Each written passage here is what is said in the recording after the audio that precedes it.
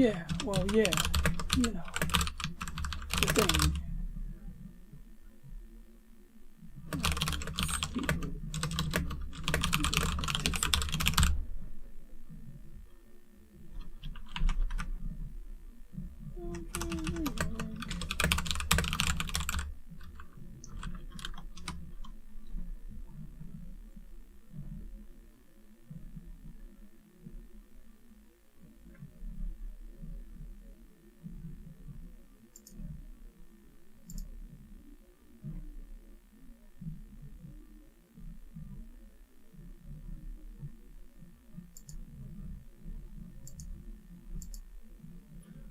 Alrighty. Yeah. So, what's up, Sanzo10? Don't mind me. I was just messing around with some hardware because, yeah, I even got a StreamYard link, like, I can spit out right now. I was kind of messing around in StreamYard too because, shit, man, like, when you end a stream, I was like, do I delete the old streams? Do I keep them in the list? You know, and I was reading the help documentation and they was all like, oh, you know, when you complete the stream, it goes away, but, you know, this or that. I'm like, I don't know. So I'm exploring this StreamYard thing. But yeah, the HDMI source selector, yeah, it works. It was a simple fix. I forgot what I did, but I had to do two things to make it work. Because I have a very unique HDMI setup on my machine. But first, let's check out the camera. So this new camera, it's like freaking wide. A little too wide for my taste. I mean, it's good. Main reason I bought this camera was because I don't know if it's configured on YouTube, but it's a 60 frames per second camera as opposed to you know, of the 30 frames, because my previous webcam, I mean, it's still taped to the top of my monitor, is rated for 1080p at 30 frames a second, which is pretty much, you know, standard fare for television and whatnot. But I wanted 60 frames a second, but I didn't want to spend $100 on a Logitech camera, so I found this one. And plus, Logitech is hit or miss sometimes. They're great, sometimes they're not. Now it looks like maybe this is a live streaming limitation, but I cannot tell right now in the settings for this stream. I can see 720p. I could change the quality to, yeah, anything between low quality to 720p. Maybe the recording will look better. Or, oh wait, and you know what? I forgot something. I don't know if I could change this setting in OBS now. I don't want to restart this stream if I don't have to.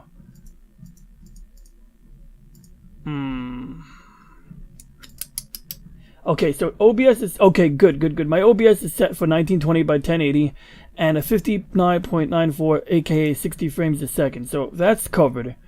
As for streaming, well, my settings look even weirder than expected, but it's working, so I'm not going to yell at the computer right now. I'm using the NVIDIA video encoder. In fact, I might as well share my desktop to show you what I'm talking about.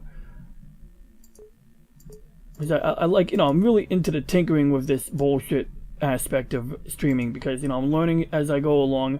A lot of people use StreamYard OBS, and I totally understand why they use it, and at some point I may use it because I see some value to it. But right now I'm just like, you know, keeping it clean and simple with regular OBS, and it works. Shit, I misplaced a wire. Oh well, I don't need it right now anyway. And it works, you know. So we got these settings here, and you know what? I do have a zoom magnified. Whoops.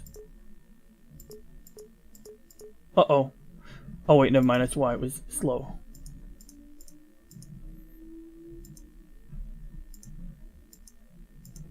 Good.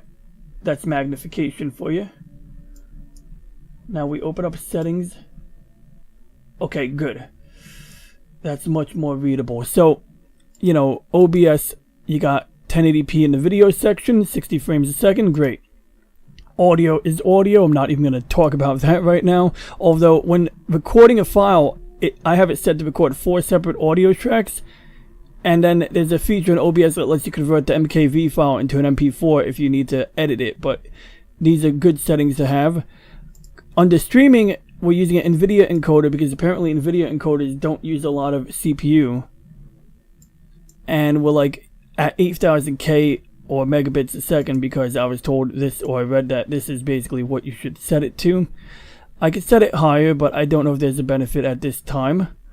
Low latency because I noticed there's like a significant delay when I'm doing stuff, and I get very confused when I'm looking at the YouTube screen. So I don't know if this is a reason maybe that I can get better quality if I change this around, but I'm leaving it alone for now until I get time to test it out. Maybe I'll do a test stream tomorrow because I have a feeling I'm gonna have to start and stop streams as I go along. But over here, so okay, YouTube is set, but what I'm looking for, yeah, so I'm kind of surprised. It says, oh, okay, good, there's a checkbox here. It's not checked, so it must be defaulting to whatever YouTube wants, I guess. You know, I'll do research later. But more importantly, let's deal with this webcam here. Like, this is like, I might even go back to my other webcam if it doesn't crash the program to unplug the webcam and switch it. Whoops. I mean, it's a new camera. I'm willing to test it out. It looks butter smooth on my screen right now. Like, it might look butter smooth on YouTube. That might be the compromise. YouTube might be running at 60 frames a second. And I got some lenses here. These lenses were made for HP, for webcam, HP digital cameras back in the late 90s, early 2000s. And the way it works is, you take this and you attach it with this copper brass screw to the tripod mount on the bottom of the camera, and it just holds the lens in front of the camera lens, and voila, you got a fancy lens on like a crappy camera. Well, you know, good for the time, crappy in general. So most of these were like wide angle, but let's see, this is a 0.7, so that's wide angle. This is a 1.3 times telephoto at you know, some 300 millimeter, 30 millimeter, and then this is a macro lens, but this is a little confusing because it looks like there's a stackable thing going on. This is a 30 millimeter macro lens, and then you can stack the wide angle lens on it, and it's filthy as hell. Oof. Well, that's interesting. So if I want to take pictures of ants, I can use this lens. That makes it even wider. That lens makes it even wider. Alright. And you know, these aren't designed to work with webcams, but alright, good. We can work with this one if we need to. Let's see here. So what's been on the menu? You know, I'm probably going to defer it to tomorrow. Maybe I'll give like a preview if you're watching tonight of my astrophotography work. Just, you know, pictures of planets and stars and shit like that. But I've been working on modifying or remodifying my OG Xbox because I got like a boatload of games on it. This thing is off the hook, and I think it's hooked up right now. Yes, it is. Okay, so it's like, apparently I have it set up to play games, like old Nintendo games come up in this little box.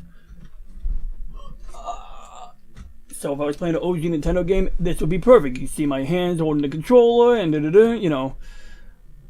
And then I got this widescreen mode, which don't look so...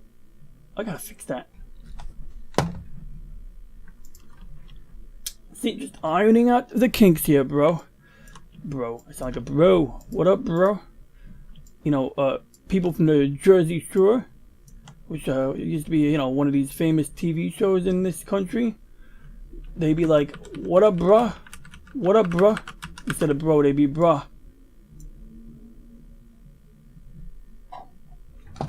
So, yeah, this is like, I had these like 10 years ago. And let me know if the audio for the Xbox is coming through. I think it's coming through now. And, you know, I had a modded Xbox that had 70 Xbox games. You could rip them by putting the disc in the drive and it records it to the hard drive. So you basically, Xboxes have like a 10 gig hard drive and you can bump it up to like 100 gigs, 200 gigs, etc. And it was similar to this. I had a different menu, but basically same concept. These are all like, in fact, these are like homebrew. These aren't even Xbox games. These are like PC games that were ported to Xbox. Does it make that noise like that? Oh, cut it off. Okay, good. I'm glad you're telling me. This is helpful. So we're gonna explore this. Right, good. I got one of my phones here. Let's take a look here. And there might be a good reason. I'm going to mute the audio for now. Okay. Oh. I know what it is. Let me first turn on my webcam. I know what it is. Okay. So, are you still hearing the Xbox sound? Because I suspect you're not hearing it anymore, but I know exactly what happened. Okay, so, really? Okay, so this is like... See, like, I have this most convoluted audio setup because OBS can serve as a virtual webcam for StreamYard, but it cannot... If you have audio settings that are customized and you have audio filters in OBS, you can't pass that on to StreamYard, not the easy way. So I found a hard way to do it. Okay, good. Okay, no, that's okay. That's expected. So that I'd be more confused if you did hear Xbox audio right now. No more sound, but you hear me. Oh. Now you hear me. Okay, so let's see here. I got a little lag on here, but we're gonna try it out. Now you hear me. Okay, it's doing exactly what I expected to do.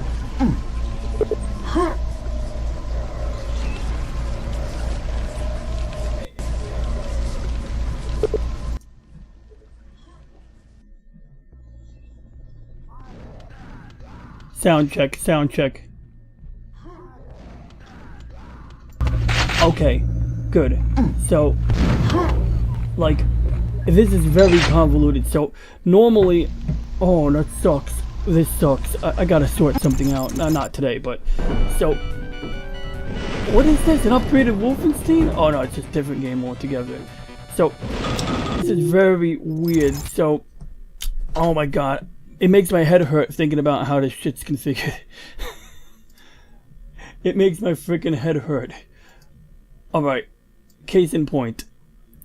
Windows audio settings. So, you know, you got your speakers. I wear my headphones. So far, so good. Okay, then this is a virtual audio device. Now, I don't want to have a virtual audio device, but I need one because StreamYard don't want to hear it. And by the way, let me know if you want a StreamYard link. Although, I guess for now, I'm messing with the audio, so it might not be a good idea just this second. So, I'm not using audio for my webcam. I'm using my fancy mic, which is this guy here, which apparently OBS is luckily smart enough to know that this is my main mic, so I have it configured manually. But otherwise, it'll use the webcam. So, okay, cool. So this is a weird ass thing here. I don't even remember how I configured it, but essentially what it does is it takes the sound from one of my my main speakers and reroutes it to a virtual audio source. And then I can wait, no, that's not what it does. It takes my microphone, and instead of my microphone going straight to StreamYard, I send my microphone to this. No, wait. See, how the fuck did I do this? This is so fucked up. See, like I told you, this would make my head hurt. But it's... Oh, it's like, it's cross-circuiting it, like... Oh. Okay, shit. Yeah, let's see, in 2 seconds, I'm just gonna make sure I don't break anything while you're in it. I just want to understand this audio thing real quick, because I did this like a few days ago, and I'm just trying to remember if... What is it? Okay, it's called cable. I had to install a driver. Okay, so I had to install a driver that created this. Oh, okay, now I remember what happened. Okay, this is what happens now. So I tell this cable output to listen to audio from my microphone. And that's why when I talk, the VU meters basically move in sync. There seems to be a slight delay, but I don't think it's really consequential. So then it takes my microphone. So what you hear here goes into this. And then it comes up as a audio source that you would normally listen to. Like, instead of my speakers coming out, this is basically made available so that StreamYard can select it. It's like... Yeah, so that's what it's doing. But there seems to be a caveat, because when I play Xbox games, I have it set up so that I can hear the Xbox on my TV and on my headphones. So what I do is I do this fucked up shit where I go, not here, I go to my HDMI input, my Elgato, and I go and I click on listen over here, and if I don't have this selected, I can't hear the Xbox games on my headphones. And realistically, I don't even see how. Oh, I got a solution. All I gotta do is then, and then I should be able to send you the link. All I gotta do is show you exactly what I gotta do after I break it.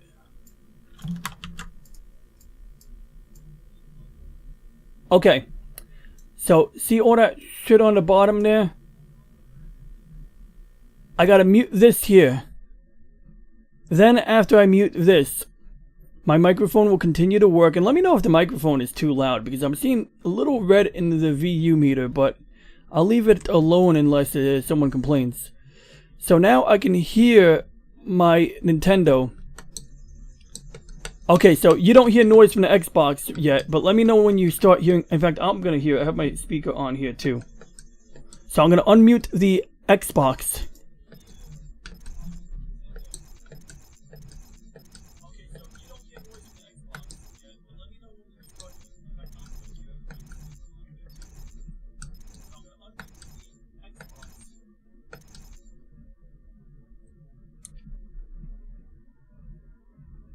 Uh-oh. Well, I'm hearing the Xbox in the background of the microphone. I guess that's not a good idea. I should mute my TV. And what up, Dick Marks? I might be tossing out a StreamYard link. Well, yeah, I'm tossing out a StreamYard link very soon. I'm just sorting out some things. StreamYard works on the phone too. You know, for two-way communication. Okay, so now I lowered the volume on my TV, but I have my N64/HDMI input on loud.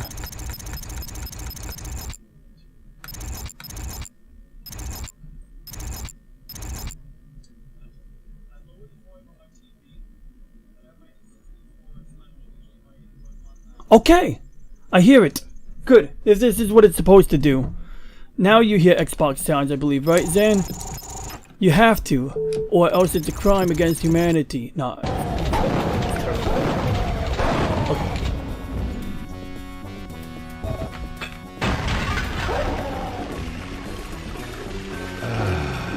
Much better. Oh yeah, we got the sound here. I might have to lower it. So let's see, actually, I'm hearing myself so I can tell. Yeah, so what was happening before was it was playing the Xbox sounds twice, but it was playing it with a slight delay. I can hear myself pretty well, actually. Okay, good. Okay, good. We're looking good so far, gentlemen. Alright, let's toss up that StreamYard link before I get old and forget. Okay, good, and I can hear it on my headphones too. And then, I've never done this StreamYard business thing. Yeah, that's Duke Nukem, alright.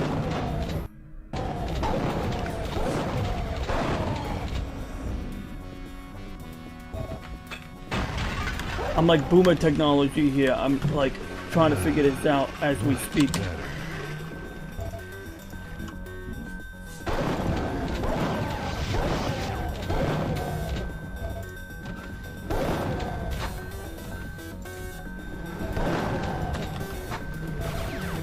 See, Pacific 414, he does a good job of this. What he does is, he puts like a link at the top of the chat.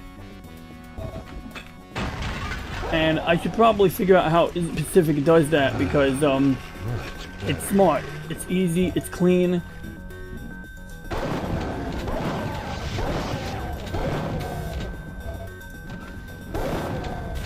If I could figure out how to do a sticky on the chat, I would do it like... Oh, here we are. We pin it. Okay, so I just pin it. There we go. And then it's a blue box at the top. So now give me one more second. I mean, you guys are welcome to join anytime. I'm going to lower the N64 audio a little bit on my end. Yeah, see, I'm just kind of doing this by the seat of my pants, but it's fun. It's fun figuring this shit out. It's almost as fulfilling as StarCraft. No, okay, okay.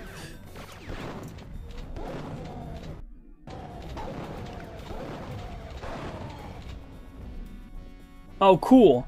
I'll check that out in a minute. Maybe I'll use it on my channel and steal some views. Nah, jokes aside though, I'll throw the link up in the chat in a moment just so, you know, people can go to your channel and check it out at their leisure.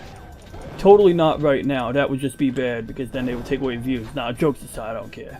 So let's see here. We got main camera.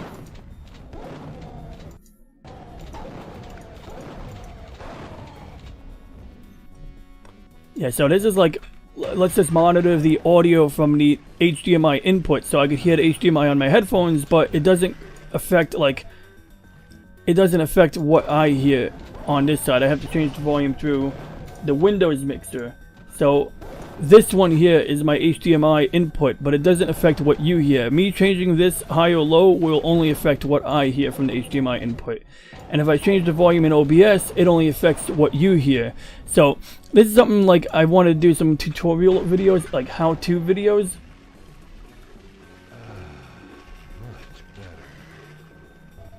Oh, wait. Lowering the volume of your game lowers the volume of my mic? Alright, now I gotta see if I can study this here. Sound check. Testing 1 2. Testing 1 2. Testing 1 2. No change in volume yet. Now I'm gonna lower the N64 volume. N64 volume is now lower. N64 volume is staying low. I'm gonna raise the N64 volume in a second. Oh, I can hear myself. Okay, so N64 volume is now low, but I suspect raising the volume in N64 does lower, make my voice sound lower, maybe, unless I'm mixing something up. So I got another volume slider to mess with. I just raised it.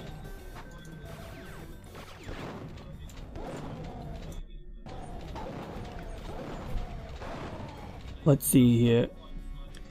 Okay, so now we've raised the volume of the N64. And I'm going to go and lower the volume in the input monitor. So first I'm going to raise it. And then I'm going to lower it. Sound check.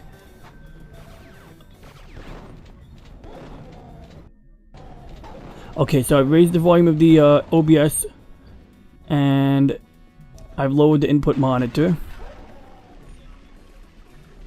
I've raised the N60, Nintendo Xbox volume more.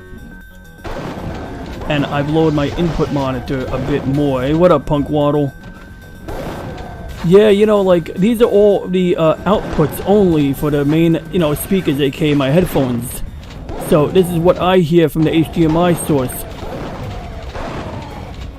So, this will allow me to hear the N64 louder. And then if I go back here, I can lower the HDMI source. So, I don't know. I think we're good now, but let me know, Zanzotan, and I put out a StreamYard link for kicks. Just for kicks. Why not? The only issue I can imagine is this microphone input monitor for the HDMI will make it hard for me to hear StreamYard, but I'll play around with it. And yes, don't forget to hit that like button. I totally agree with Punk Waddle. So now, let me see here. I want to just sort this out. But yeah, audio level is good now as far as we're concerned. Hopefully, let me know if I'm overlooking anything. As I tested it on my phone side to alleviate any confusion on my part. Alright, so real quick, I want to clean my zoom lens in case I need to use it. This is fucking volcano water. I just poured volcano water on a thing I'm going to use to clean a lens. This is probably a bad idea. Yeah, man, Zanzelton went deep on his stream, and I'm looking forward to your Sunday stream. I mean, I work till 7, but I tune in towards the end of my shift. Or if you're doing it early in the day, I can tune in throughout the day, so it's no issue. Sunday's quiet, usually quiet at work, so it's sort of like when you work night shift alone, and you're not getting calls for hours on end until morning. Similar concept. Drive your thumb deep into that like button. Right, so let's see here. Let's explore this camera situation here. So my only problem is I got like one of these ultra as widescreen monitors. And like, actually this is working. My widescreen, this webcam is designed very nicely. I just gotta remove this plastic backing so the rubbery part. Much better.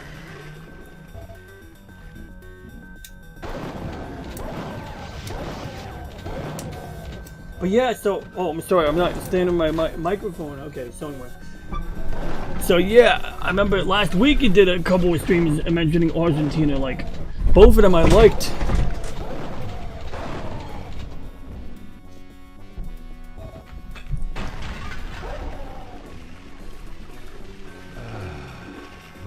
Wow, this webcam is designed better than Logitech, because my Logitech cam, if I didn't have a piece of rubber on the bottom covering up the hole for the tripod mount, it freaking blocks part of my monitor bezel because it's so thin, the edge of my monitor. Now the only other issue is this webcam is it's what do you call it, like manual focus, so I gotta make sure the manual focus is good.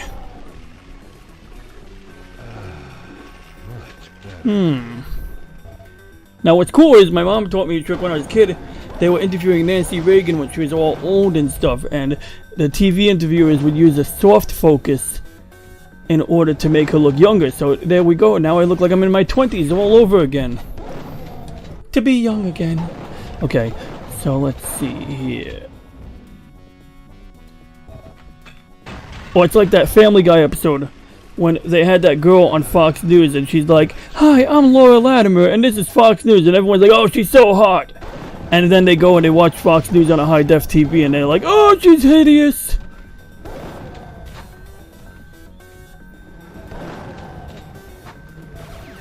Alright, hopefully that will be sufficient. I'm hoping that the depth of field is like good from here to here. Where'd I put the zoom lens? Yeah, if this is like awkwardly wide, like, I'm gonna have to do something. I mean, I guess this is a good camera overall, but I mean, you can see my freaking backup cam. You can see the freaking plaster on the drywall. You can see the freaking fact that I only painted part of my wall when I did like I think when I did the Nerdoporio stream, I quickly painted part of my wall just to get the paint onto it. This would kind of fix it, but it's got a lot of vignetting. Oh. Man, I cracked myself up. I can't. And if I point it too much to the left, I'm worried what you're gonna see. I don't know. I mean, like, it's not too bad over here. Over here, at least, like, now you can see why I do this. Sometimes during a stream you'll see me doing this, but it'll be at the edge of the frame, so you won't actually see the hand crank. Now you can see a window here, so at least people can understand what I'm doing there, so that's kind of cool. And these, I gotta put some brown tape over here, block these up here, you know? By the way, don't forget, we got the StreamYard link at the top. By the way, was I supposed to click accept? Oh, I'm sorry, Zanzo10. I didn't realize I'm supposed to click your name. Here you go. Yeah, so I'm just like kind of messing around a little bit here. You know, okay, that's even wider. Now, if I go any wider, you're gonna see the chipped paint on my ceiling. Did I? I was trying to cover that shit up. And this, whoa. Okay, I'm gonna stop messing with the lens. Oh yeah, you're right. Yeah, I was sticking with that one. Anyway, got this 3D printed TIE fighter. Well, I gotta say, this camera is very crisp, however. The only issue is if I hold something up close to it, I gotta manually adjust the focus, but I'd be tempted to buy a second camera like this and have one set for close-ups. what I learned with doing this whole...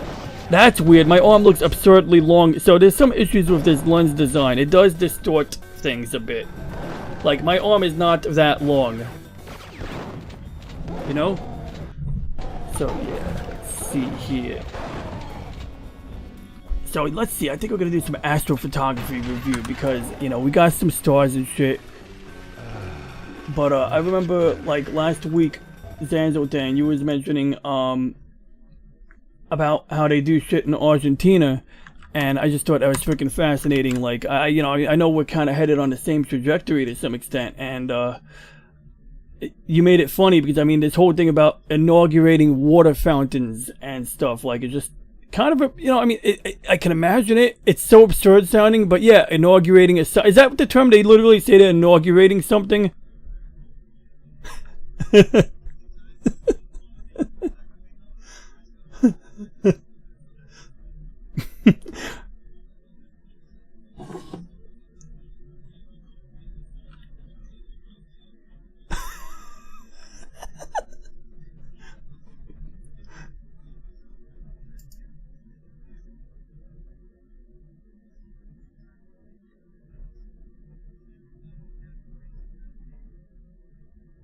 Yo, it's like...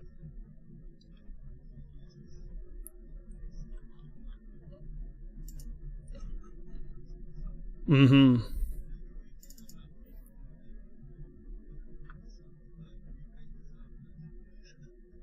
I mean, like, you know, lower level politicians, they'll show up and they'll go to, like, you know, they open up a gas pump, not a gas pump, electric car gas pump, you know, and they make a big hoopla about that. But, it's usually the local politicians who will do, like, the sign, you know, sign unveilings and bullshit like that.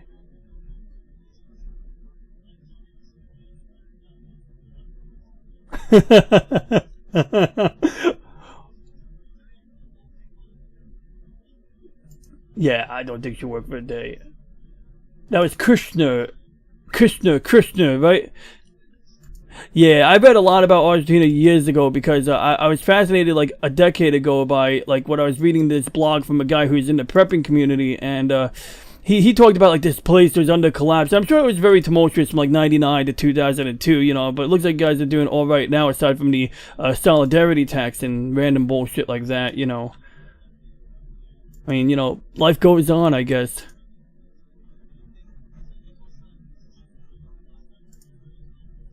Really? Okay.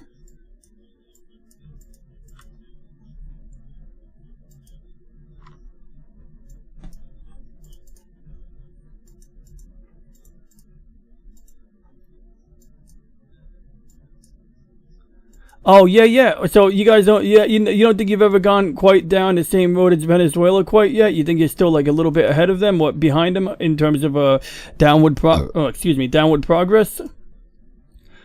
Wow. Okay. No, it's like, you know, I mean, like I see us going the same trajectory, like getting, like maybe I shouldn't touch upon this too deeply, but you know, economically, you know, we got the Federal Reserve Bank and a lot of currencies are pegged, you know, against that currency. Like there's like, you know, whole, you know, I don't even know what you call it, economics, I guess. And, you know, it's like we get like this weird advantage because we can, how do I phrase it? When we print money, there's a time where, okay, so after Nixon closed the so-called gold window, after the gold standard was completely over in this country, they created the petrodollar, or they created a set of agreements that resulted in the petrodollar. Basically, if you were some other country like Japan and you want to buy gasoline from the Saudis, you have to convert yen into US dollars and then you could buy the gasoline. That was everyone in the world basically who wanted to deal with the Saudis would have to do this. And de-dollarization's been, you know, they've been doing it gradually the past decade or so, but by having every country using our currency, it puts us at this like weird, I guess you'd call it an advantage, but unfortunately it means that our politicians don't have to pay the piper, and instead of raising taxes, they could pretty much just like let the Federal Reserve Bank help out by expanding credit. Now, there's some counter arguments to like, there's some people who are hardcore like, oh, we should go back to the gold standard. And there's some reasons why that may not be a great idea, but on the other end of the matter, it's like, if you never have to raise taxes, you're not gonna rein in spending. You're not gonna, you know, think twice about wasting money on bullshit. So that's like the gist of it. And I think Argentina's politicians, they got away with it because, I mean, they're disconnected from the people. You know, like they don't have to. Mm-hmm.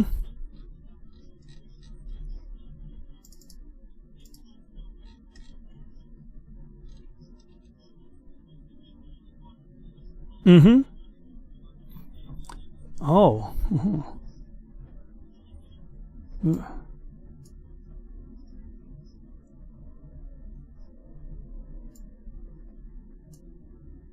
I see.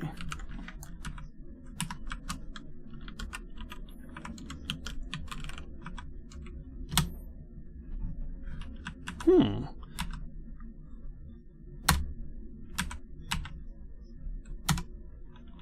Mm-hmm.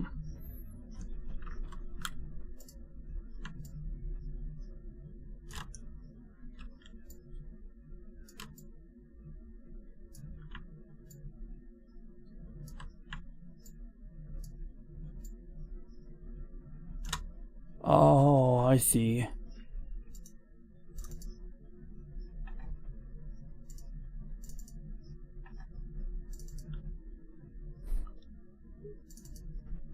Hmm.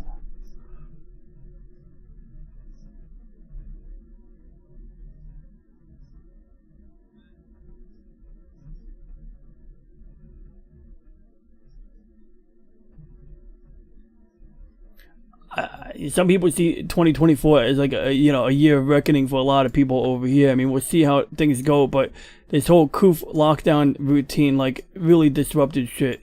And some, maybe there was a bit of, I'm sure there's a lot of scapegoating going on. So let's see here. I'm just looking through some lunar imagery right now. I'm trying to find last week's solar pictures.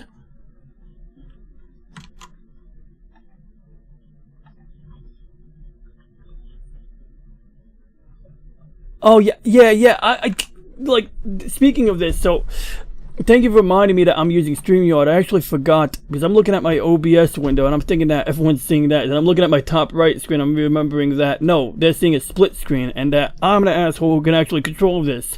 I forget. I believe your audio will still work. Yeah. So if I do this, okay. So there we go. I could do that, and I could do this. Actually, no, it doesn't work. Oh yeah, because normally people who use StreamYard, they'll put their faces on the side of this shit. Yeah, that just fascinates me. Now I'm just fascinated by it. I'm amusing myself here.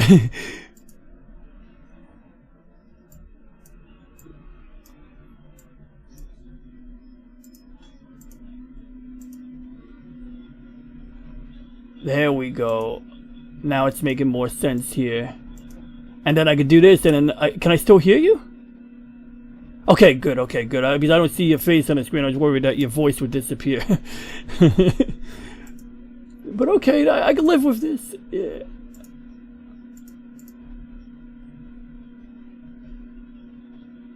Yeah. Yeah, that's true. I figure, we want your name on the screen somewhere so people could be like, okay, I want to check out this guy's content.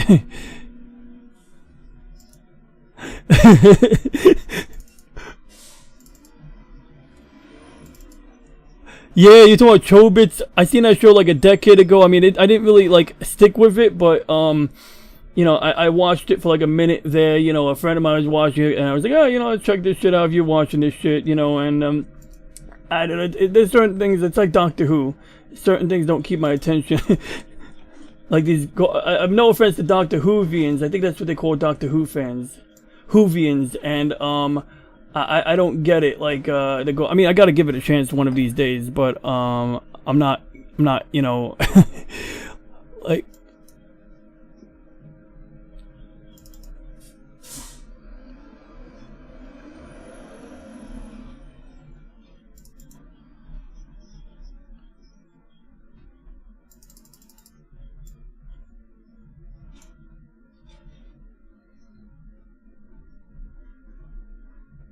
Yep.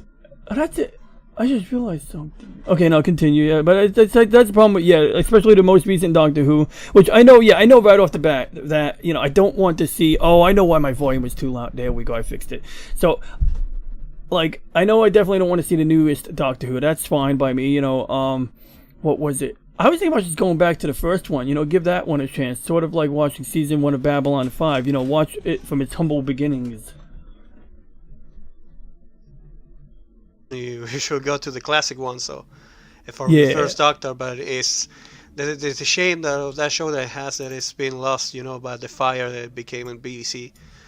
And Oh you yeah. can only Did it, find but like they have digital copies. I mean, they have copies of a low no. quality, or did they lose it no, outright? they lose it all completely. They just have like image stills that show you like different scenes in like the pictures that they will take back in that day. But yeah, nowadays. Damn, that sucks. Yeah. It's a shame, but yeah, you kind of understand that it's such a shame to actually have lost out those episodes, but at least you can have the original scripts with the voices, because as you remember, back in the 60s, 50s, 60s, they will like record the voices after of the animation or whatever you like movies or all that, and they will add it. So they kept the voices, but you cannot find the original episodes. It's just still images or explanations with little text and all that. You can find it. It's actually in Doctor Who Classic, I think it was called. You put it on in Google and it appears. Okay, so yeah, I mean, like, you know, I mean, it's just pictures basically, stills, you know. So I guess there's like, gonna be like I can only go back in time so far if I want to watch actual episodes. No. I mean, you can watch the reboot in 2005 if you want to see the new seasons. But if you want to see the classic, is you actually have to watch it like that. Because most episodes were lost. Okay, well, I can live with that. You know, I mean, like, as long as it's something watchable, you know, even if it's not like Ultra HD magic, you know. So let's see here. So what I'm looking at here is, this is like one of the last things I photographed before the weather got bad. This is the Crescent Nebula.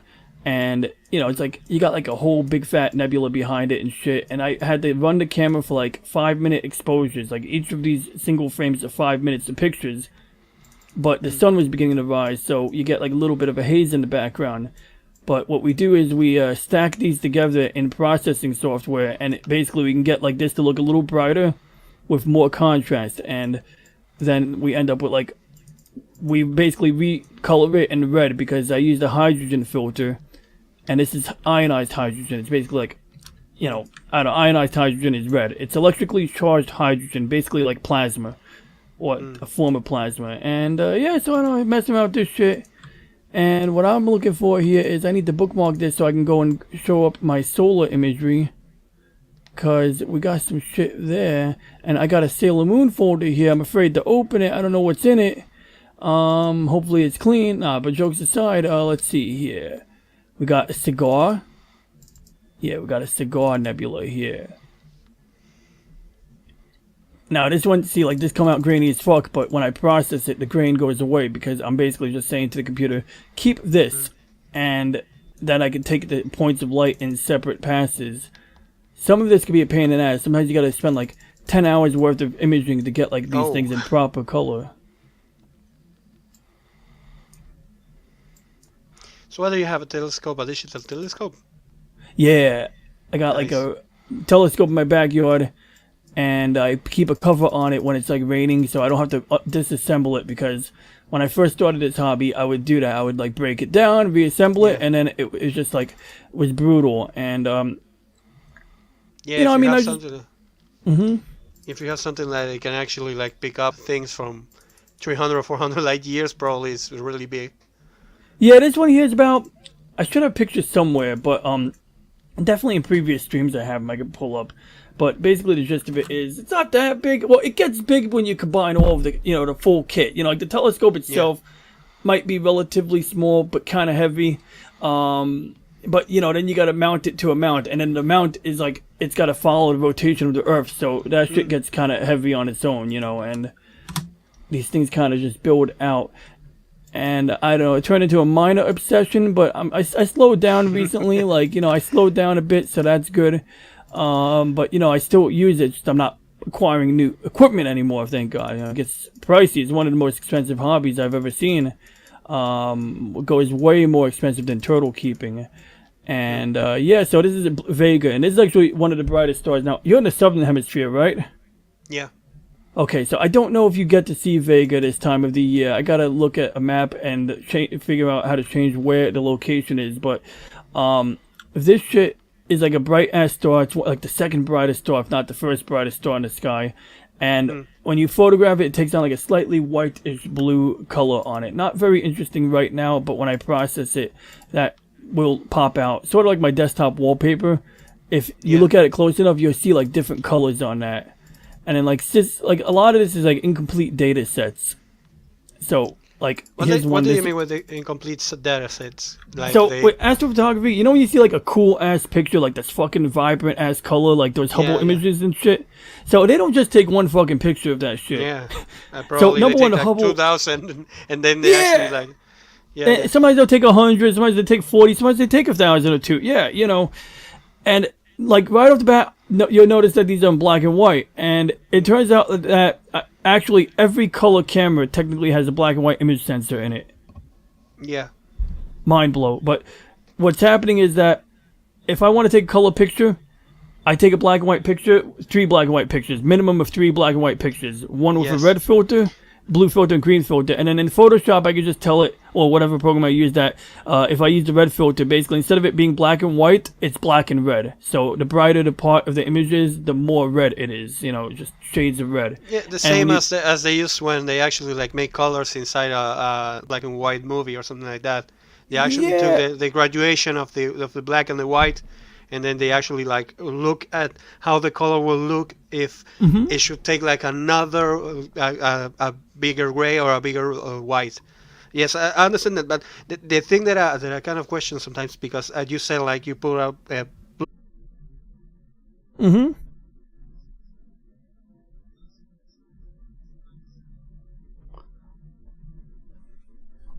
well, there's a few ways to do this, but one of the things that like a lot of people like I ignore it in Photoshop until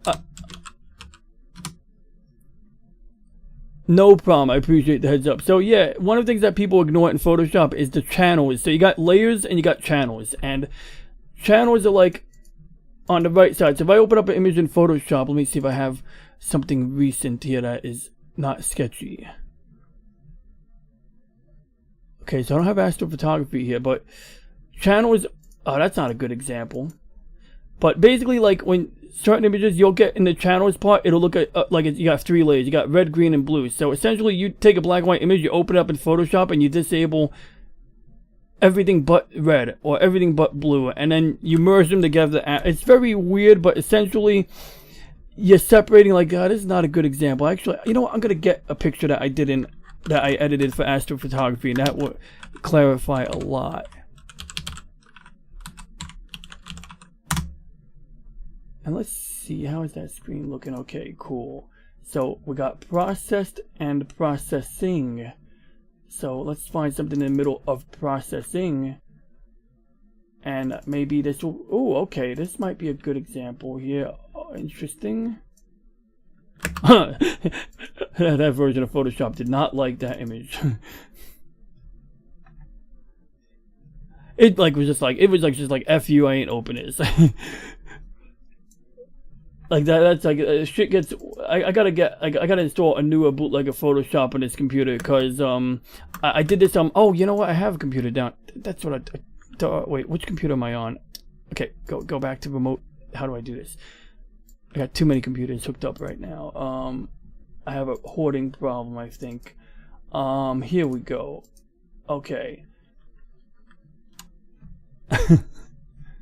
That's very, yeah, so that's why I was messing with the source selector. So I have like, basically I got like, what I have, like Wii U, Xbox, and a PS3 that I gotta hook up again, and I gotta find my Gundam Crossfire disc. I'm dying to play that game again. The game was hard, but the way I have this set up is very exotic. So I have the output from my game console, let's say Nintendo, going into my computer's input, but I want to get the video on my TV and computer. Now, the Elgato capture cards, they do have a pass-through, so the signal goes in for recording and comes back out to your TV, and that's important when there's lag. Like if you're recording something, sometimes OBS will have like a 2-second lag. So you need to use that pass-through connector to play it. So what I did was, though, I used the pass-through connector to send it to the second HDMI input on my monitor. So I can manually switch my monitor between HDMI 1 and 2. So if I need the full screen for a game and I can see it in front of me, I do that, but I still want it on my TV. So I have a splitter near the TV as well. So before it goes to the computer, there's a splitter, and one end of the splitter goes to the computer, and the other part of the splitter goes into my TV.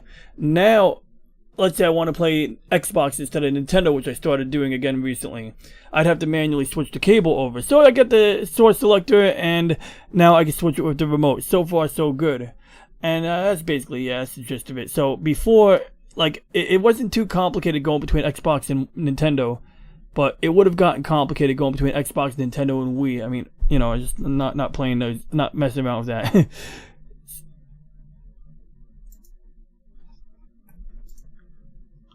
Mm-hmm.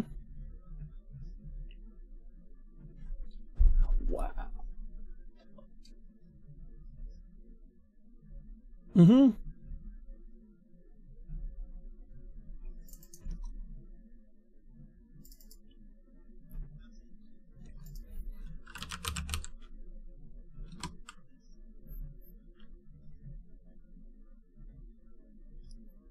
Okay, so it's like manual switching it in a way, or sort of. Yeah.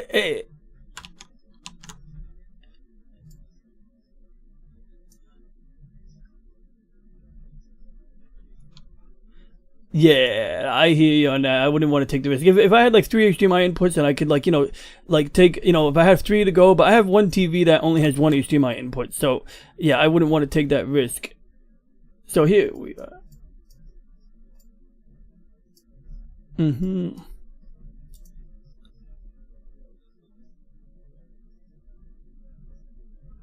I see.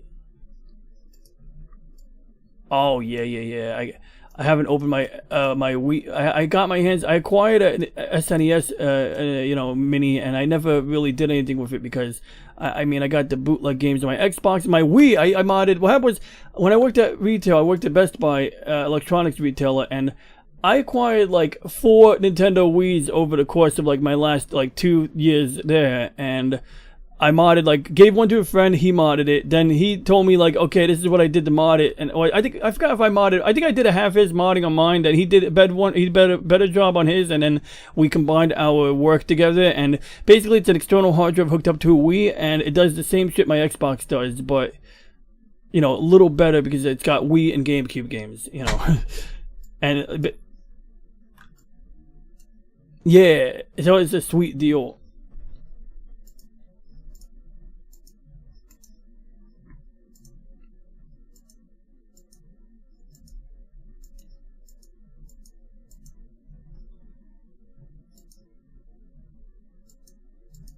Oh, hell yeah. So what this... Mm-hmm.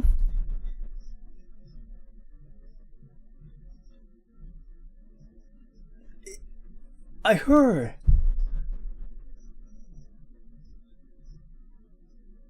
That's kind of cool that it's a Raspberry Pi. It's probably one of the cheaper Raspberry Pis, but it's a Raspberry Pi, so that's flexible, you know. And that's what I was worried about.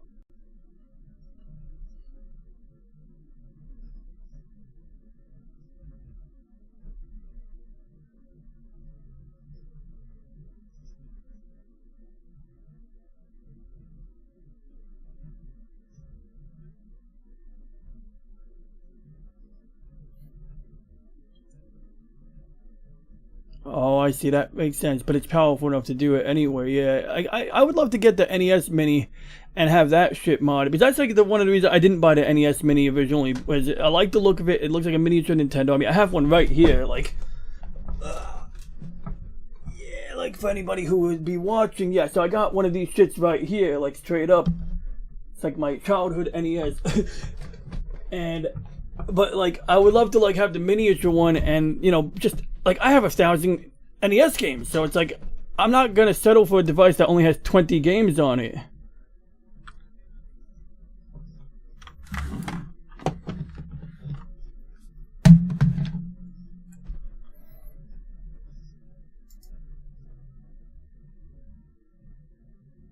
Yeah, get the fuck out of here.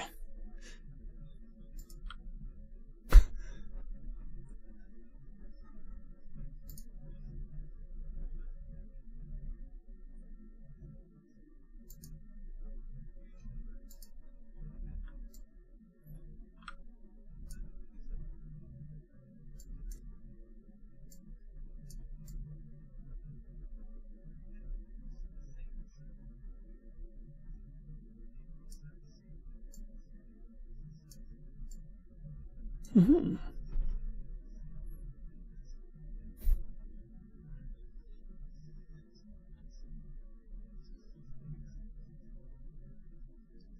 Okay, it makes sense though. I mean, it might as well if they got an assembly line full of these things, you know. I mean, Raspberry Pis of that type are a dime a dozen.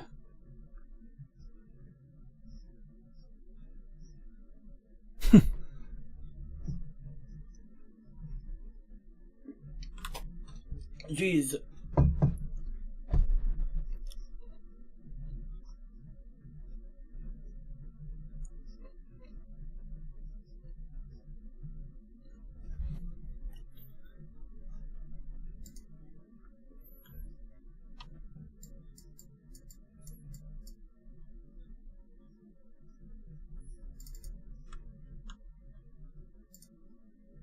Yeah, I mean, like, what is he gonna do with the box?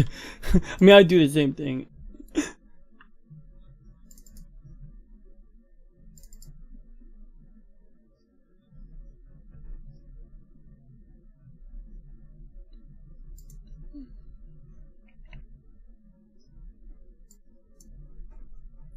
I see. Like, I had the Virtual Boy box for like a long time, and if I was like, you know, if I didn't need to throw it out like 10 years ago, I would have kept it still, because I mean, you know, it's a Virtual Boy, it's a big red box, and you know, it's just, I don't know, it's just retro and shit. And I actually have a bunch of like old PC software from the late 90s in my closet right now. I got Mech Warrior, Mech Warrior 2, Hard War, yes, I was thinking about either selling them on eBay or doing something like putting them inside like plexiglass cases or some kind of acrylic casing just to keep them protected. Maybe build a coffee table out of them or some bullshit. I seen a guy do that one. Mm-hmm.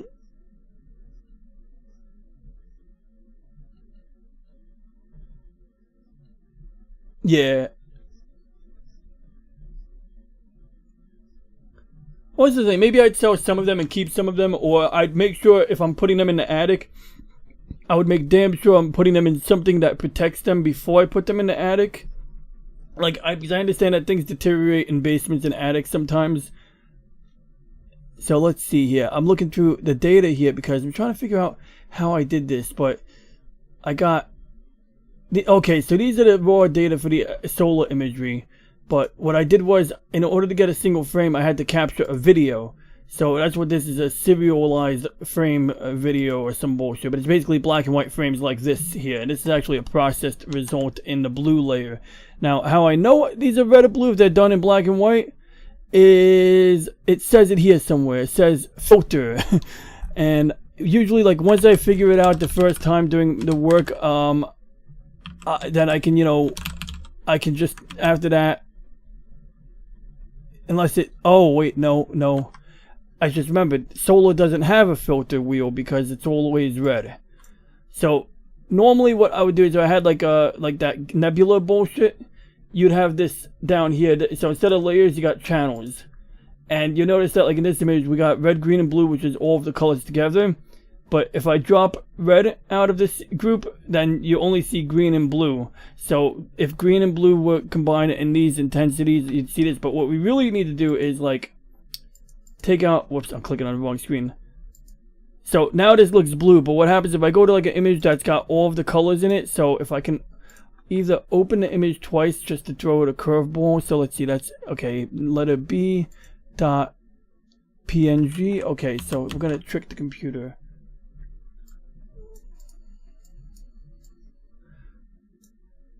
It does some weird shit. So, okay, this one we did it in red. So let me go and zoom back out. Okay, so this one was kind of like, I think I did this in half-assed red mode. But even you can see down here, like in the corner, in fact, I'll zoom in again. You can even see like where the red layer comes out more white and the green and blue layers don't come out very white. And normally, like if I was using a red filter, these would come out basically black, or the camera, you know, there's like a trick to it. So you disable these two layers, it looks black and white, but then what you do is you take two more images that are identical to this, but from a different filter, and I'll literally drag and drop the green filter on top of the green layer and green channel, and I'll turn it on and it'll make it look proper and shit. So I don't know how to explain it, but at some point I'm gonna do some kind of proper review of this, because, you know, I mean, I got some, like, I'm backlogged in data sets. Basically, data sets would be like the raw frames. So, like, of like a nebula, you have like 30 frames of each layer of each part. Now, the sun, I don't even know why there's a B here, because they're in hydrogen. Like, that should just be red. And there's a way for me to give this a proper ruby red color. And originally, this picture of the sun is a good example, because originally this shit looked blurrier. But by taking it in a video, in fact, I can probably show you what it looks like as a video. So it originates looking like this bullshit here. Oh, I gotta zoom out again. So it literally, that doesn't look super clear right there. It looks a little blurry, but you got like a sunspot here. I think I rotated this one at one point, and the idea is that, like, each of these frames look significantly different because of the atmosphere causing it to ripple. And you can sort of see, like, it jumping a bit because of the atmosphere and the slight drift. And the processing software will sort of like say, okay, this part of the frame looks good. And, like, it'll say, okay, this part of the frame looks good, so keep it. But discard this. And then the next frame, it'll be like, oh, this part looks like shit, to get rid of that, and then keep this. And it does that, like with, like, 100 fucking frames or some bullshit, or 1,000. And you can even see like a little solar flare here, but unfortunately right now, unless I run it to another program called Auto Stacker, which luckily I think I did already. And then I can zoom in on this one, I guess. But so we get a little clearer here, but then the problem is that if I want to see the solar flare that's up here that we can barely see, I have to make the sun really bright and wash it out. So what you usually do is you take like 2 sets of stacks. You'll take like 1,000 frames of the coronasphere, which is this textured part, and then you'll take like 1,000 frames or maybe a few hundred frames of the solar flare extra bright, and you'll, you know, when you're done processing both images separately, then you can cut out the chromosphere and a coronasphere and stack it on top. Oh wait, is it coronasphere or chromosphere? Chromosphere. This is the chromosphere, and then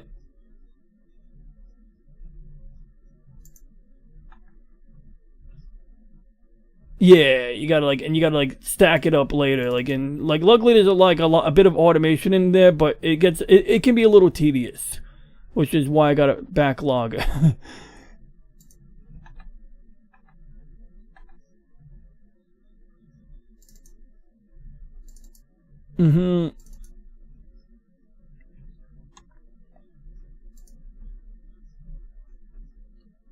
Well, you know, what you do is, in this hobby, you're either doing new shit all the time, or as the seasons change, you have no choice but to do new shit all the time.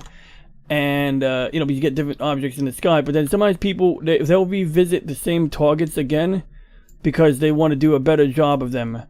In fact, this one here, oh, okay, no, never mind. I thought this is a picture of the Eagle Nebula for a second. And this is like an easier one. This is like the moons of Jupiter, and that's why you got these like white dots next to it. And they'll change on different nights. They'll all be in different positions. But what the hell happened here? Man, I don't think this computer likes what I'm doing to it right now. Uh-oh.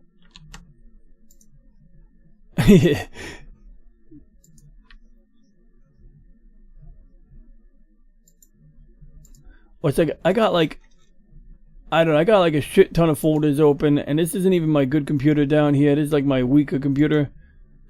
I have like 3D printing open.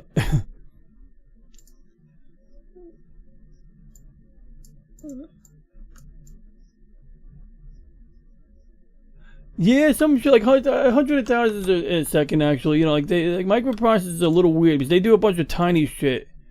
But it's a bunch of tiny shit. Like, they do a lot of things in a second, but each step is tiny. Like, they're like little mathematical operations, and it's like they get strung together, and that's a whole other science of its own.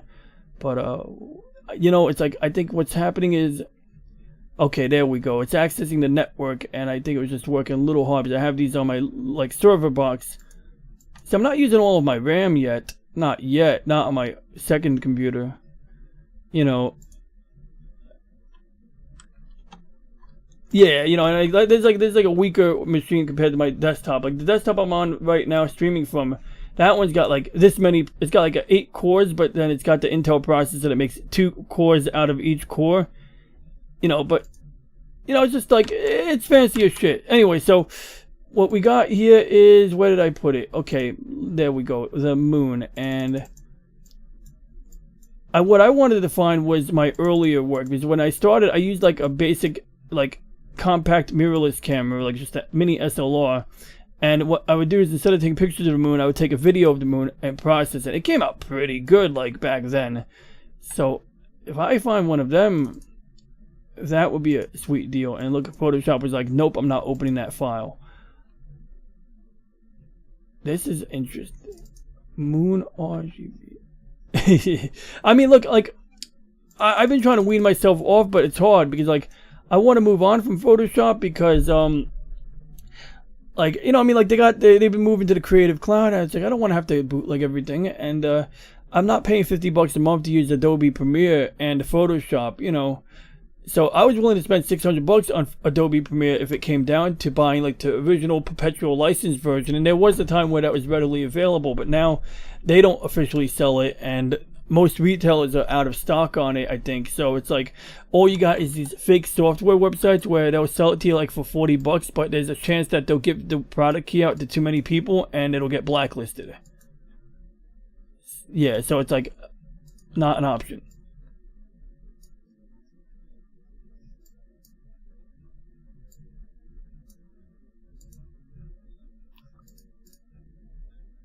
I mean, I would, yeah. I mean, like, you know, I mean, like, I'm a gambling man, you know. But yesterday, my friend, what did he do? He needed like he was like looking for 2 things: a Windows Server 2019 license for his server, because he's running Linux like I do on his server. But what we do is we have it set up where we have like a ton of virtual machines on there, so it's like we containerize everything.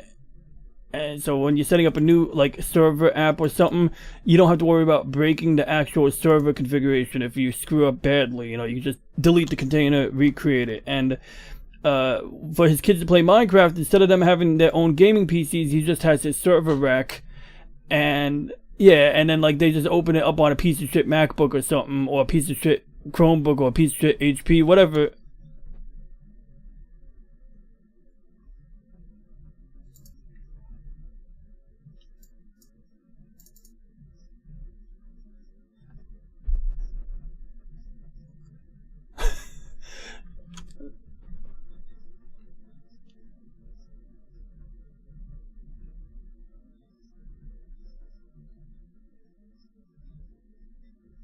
Mm-hmm.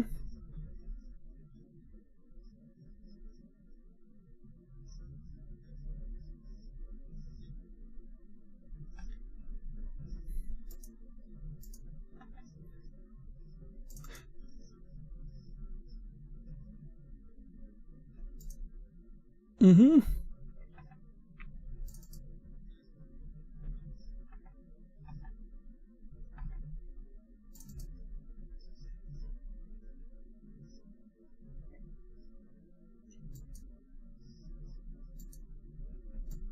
Yeah.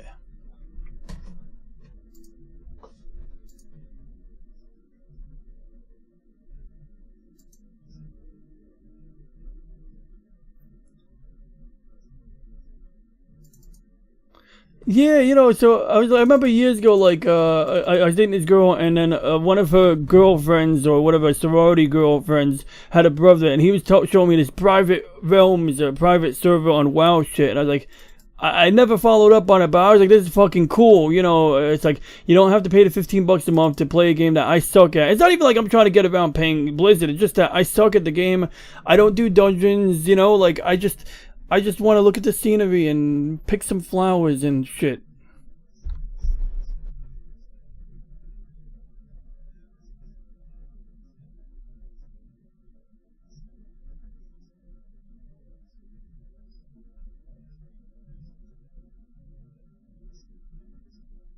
Oh, cool.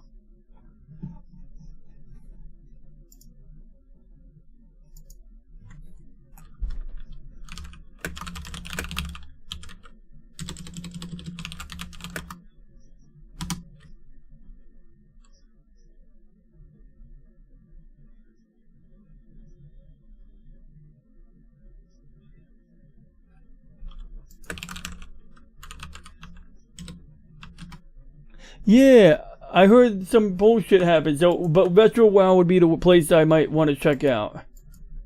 Was it Retro WoW? Oh, okay. Got it. I'm gonna just... Got it.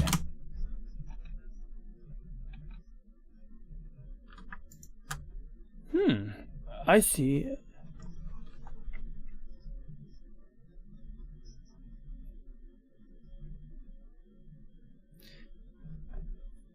Because I level up slowly. Yeah, I level up slowly because, like, you know, playing WoW, the problem is that if I have to go into a dungeon with a group of people, then I feel like I'm chained to my desk. You know, I can't just go and get a snack at any time I want.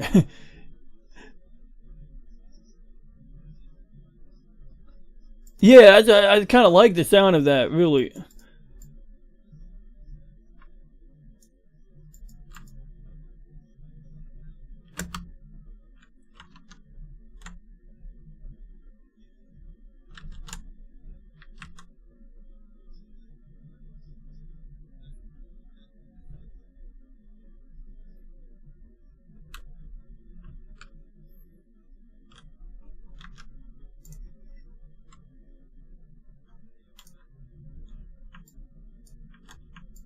That sounds good. I mean, honestly, like, you know, I just want to, you know, I just play to have fun, you know, not trying to take it too seriously. Let's see, I want to do an experiment real quick. Okay, good. Now I look like George Washington. All right. So now, I'm trying to think. I'm indecision here. I don't think I actually want to process astrophotography. I was thinking about doing an astrophotography processing stream, but it just seems like so insurmountable. Like, you know, and I would do this.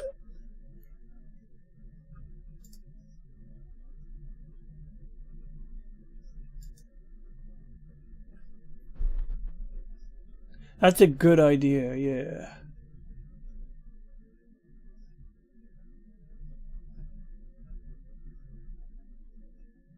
You know,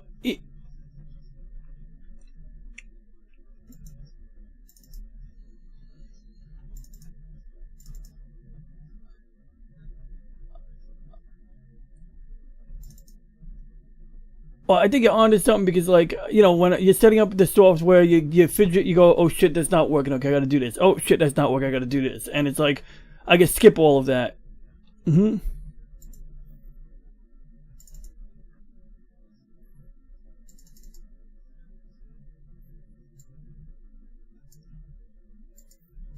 Mm-hmm.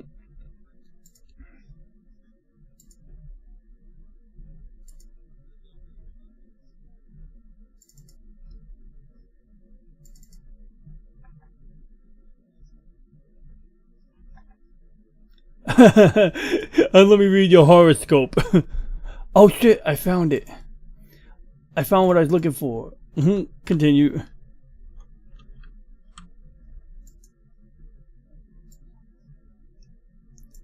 Oh yeah.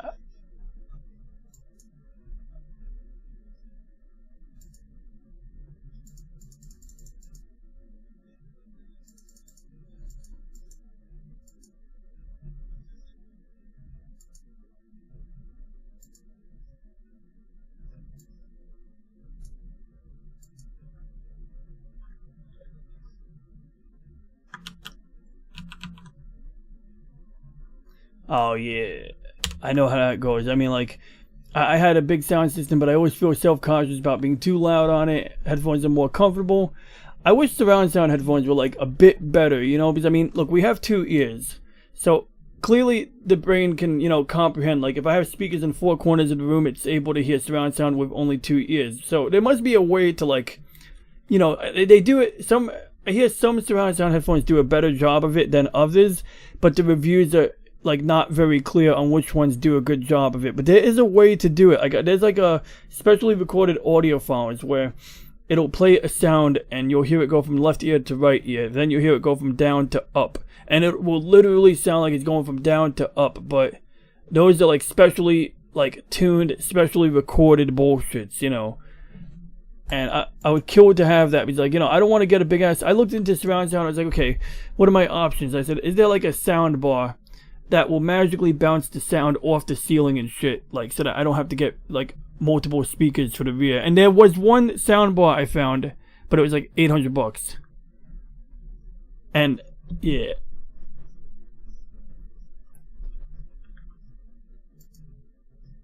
Oh hell yeah.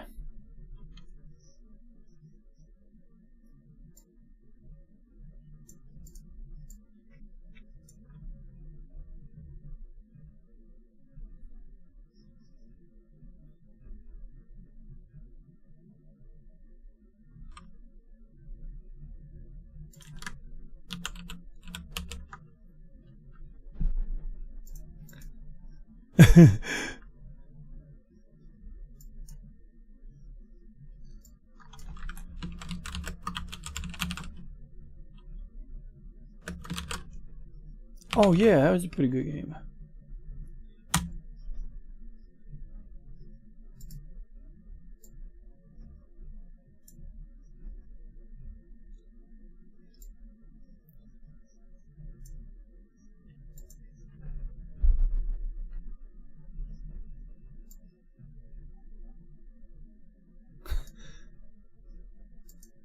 Yo.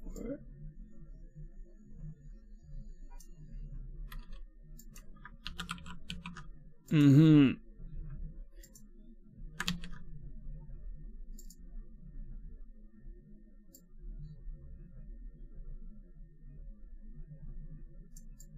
God, I can't remember how I did it. I can't remember how I did this shit.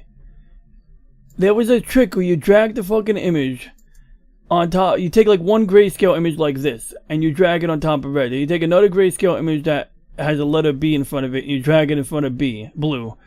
And you do like each one. Then when they combine it, suddenly all these fucking stars have color on them. And I'll give you the final result so that you don't have to see the bullshit. And it looks like this. And you know what? Give me 1 second. I'm just going to retrieve the image. Wow, I look like a fucking dollar bill. I look like George Washington now. There we go. That's better. Yeah.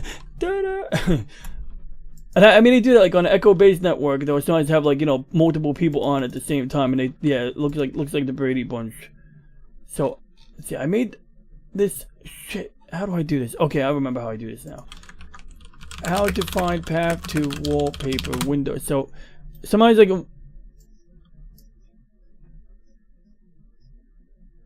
I don't think I've really seen much of the Stanford and Son. Stanford and Son. I seen like them selling. Like, yeah, it was a little bit before. They're both before my time, but like I seen Brady Bunch. You know, I never really seen Stanford and Son. Stanford. I can't. I'm mixing that shit up too. But yeah, you know, like I seen commercials for it, and I mixed it up with the one. That's not the one with the guy who goes Dynamite. That's a different show, right? I think that's like Good Times. Or shit, I'm gonna get in trouble if I mix up shows. Anyway, but yeah, you know, like some of that old school shit. What I used to watch when I was a kid. Fucking, I don't know why this show like resonated with me a little bit. Was Perfect Strangers. Something about that show I enjoyed for some absurd reason. Oh, you had two shows. You had well, I had two shows from that were old as fuck, and one of them was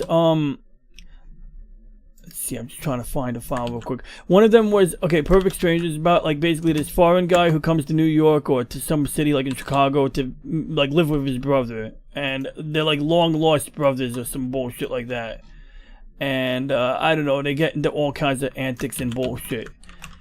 Then there's another show from, okay, almost found it. Then there was another show from that era, and it was called Laverne and Shirley. You ever hear of that one? Yeah, and they're like, yeah, anyway, I'm not going to sing this song because I can't sing, but, you know, it's a cute little show too, you know, and they were always up to some funny shit. Alright, so here's like the final result of one of these stacked images. So this one I think is probably a bit compressed because I made it into a lower quality JPEG, but essentially it's not like much to see at a distance. I feel like it looks better on my screen, but I guess I just want you to have an opportunity to see what we did. So normally these stars would just be white, but because we took black and white pictures in a red, blue, and green filter, and I'll have a better picture to show you in a minute than this, I swear. you see, instead of it just being white, essentially there's like a bit of red over here, and in fact there's gonna be a red giant star somewhere on the bottom here. Yeah, there we go, that fucker there. See that red fucker there? So when I used the red filter, in black and white, the white looked brighter for this particular star than the rest of the stars, and then the blue and the green filters were still taken in black and white, but the shades of white in the original, you know, black and white version of this in the green filter looked much dimmer than the rest of the star. So that's basically the gist of it. And so that's why back in the 50s, color, or 60s even, early color TV cameras, and I'll show you the other one now, early color TV cameras had 3 lenses on them because they were actually taking they were using black and white image tubes, but they had a color filter in behind or in front of the lens somewhere. So it would basically block out all forms of light except for the color red or the color blue or the color green. So same thing, like when I took a picture of this nebula here, I started with the red filter, blue filter, green filter, and this one was even weirder because I think like I tried to get like some of these nebula clouds here by using a hydrogen filter, and what that does is it blocks every bit of light except for the little sliver of like ruby red in the middle of the red part of the rainbow, basically the spectrum. But the scope I used for this one, and the scope I used like for some of those lunar pictures you saw minutes ago where they looked better, you can see the mountains and shit, I did it on this bad boy here. This was my first telescope in 2018ish, and I got a bargain, like $200 for the scope itself. I'm like, I was selling a printer to a guy at Best Buy and his wife, and I was just saying, oh, you know, I'm shopping for a telescope. I'm like, oh, are you? We got one in our garage we're trying to get rid of. And I was like, oh, cool.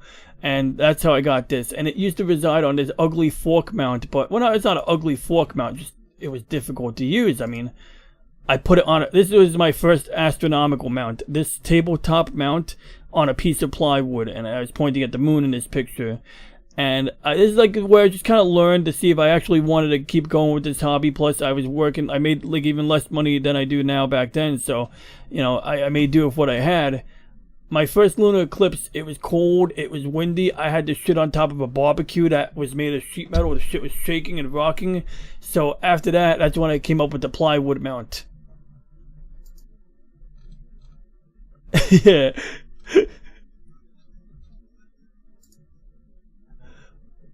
I mean, like it was like 10 degrees. It wasn't like super windy, but it was windy. You know, windy enough that you get like frostbite. And that's the other thing. Like I'm touching the thing is everything is made of metal or aluminum. So you're touching the knob with the focus, and that's just made of aluminum. You're aiming that shit, and it's like even if your hands go, you touch it, it's like it's like ice. And like you gotta be careful with that shit. So yeah, that's what happened. And this is like on that scope, I only did this in black and white because I didn't really have enough time to take pictures of this in color, because by the time it rises up at a good angle, a fucking tree blocks it. Like all of the planets, like you'd probably have a better view of the planets than I do. They would probably be like in your northern sky, like over here, but for me they're like over here. They go like and they're gone. It's like, so you don't get, I get like a narrow window of time to get pictures of this shit. Yeah, you know, and like sometimes you get a little more time, but then the more early I go, the lower quality I'm talking about, because you know, like you got,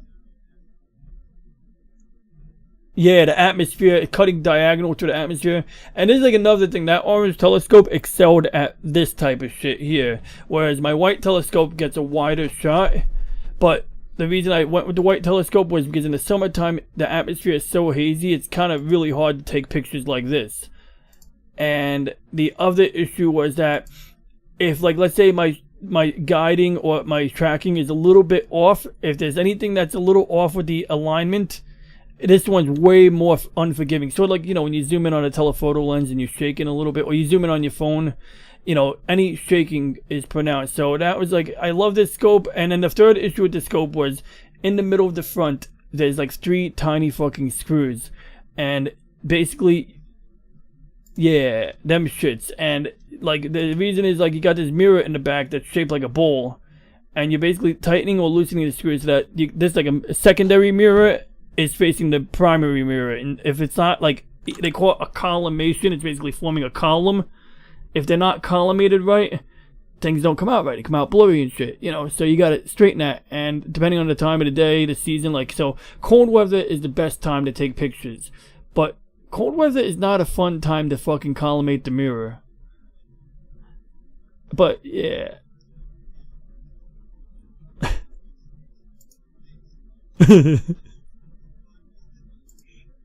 Yo, I mean, like, that's why I don't travel with this shit. Like, I do it in my backyard. People say, oh, what about the light pollution? I'm like, well, that's why I use filters. I filter the shit out of it. I narrow down the wavelengths of light heavily. I taught my tortoise to code. But, you know, I narrow down the wavelengths of light, and it works out okay. But, like, now I can't really do planets like I want to, because I just kind of traded planets in to take pictures of shit like this. So I got some stuff to work on, but this ain't half bad, so that's kind of what I'm working toward.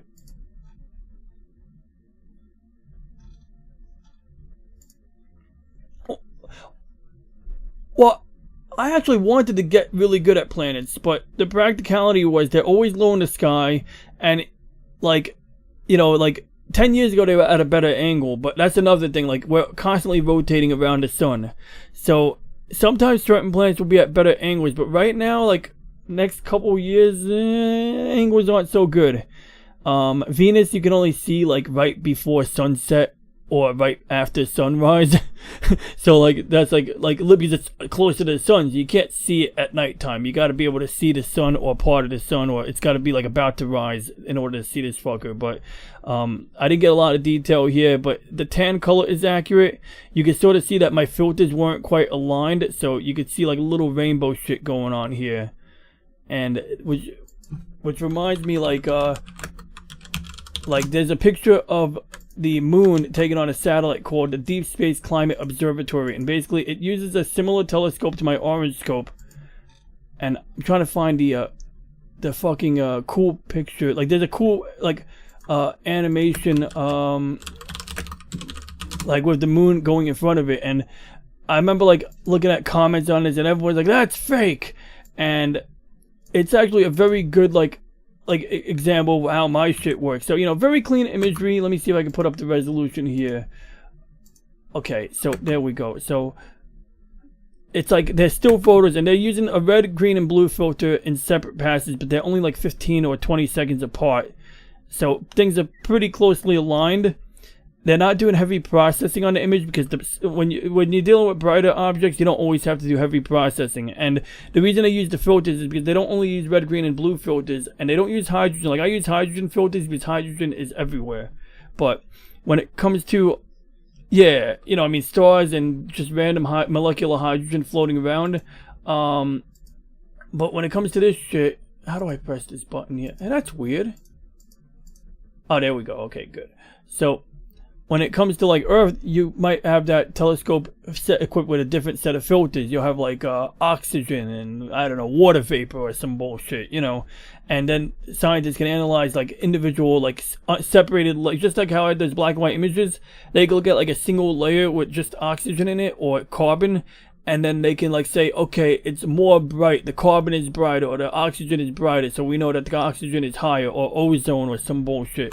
So hitting play again, we're going to see, like, the shadow of the moon, and in one of the still images you can sometimes see a rainbow. Like, you can see a little bit of green over here, and I should probably find a so that's basically because of the color filter. But one of the interesting things about this image is that it honestly looks like, I mean, in my opinion, it looks hyper realistic. And so anybody who's, like, in the flat earth community or the it ain't real community, I can understand, I can empathize why they would say that looks obviously fake. Because that's how my coworker put it. He's like, that is obviously fake. And, like, I get it, but it's like, after understanding how, like, that the camera in that scope works very similar to my camera, I'm like, okay, this makes sense.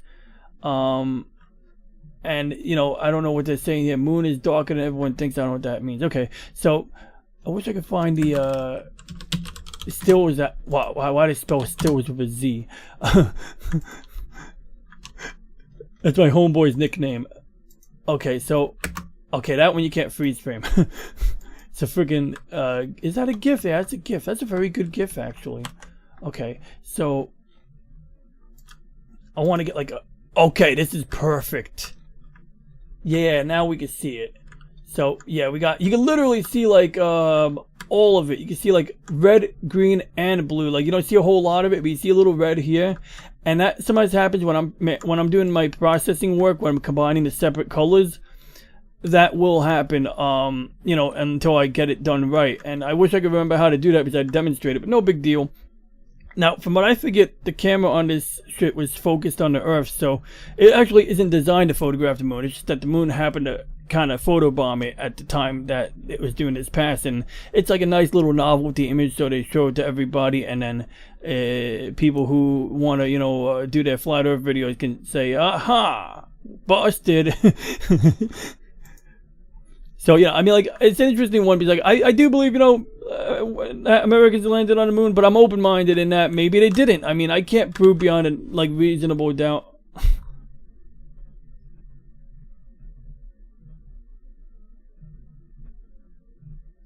So that's the thing, like, I like, you know, I can't, like, prove or disprove that aspect. You know, like, I know they built the Saturn V rocket. I know, like, a lot of work went into it. That thing was fucking loud. You can't miss the Saturn V rocket launching. Like, it vibrates everything, you know.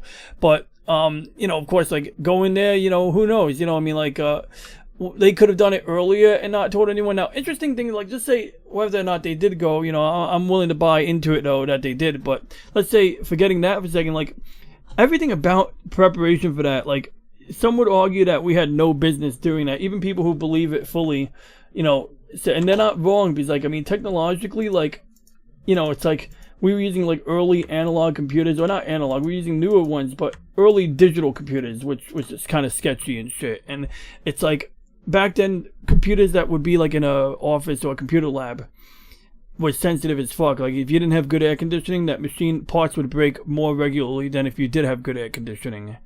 And all that shit. So they're putting this on a rocket that's vibrating now. Although they did invent some new shit. Like, they used to have this shit called magnetic core memory. And it was basically like, sort of like RAM, but like, it was similar to RAM, but you could use it as like storage or temporary memory or something like that. And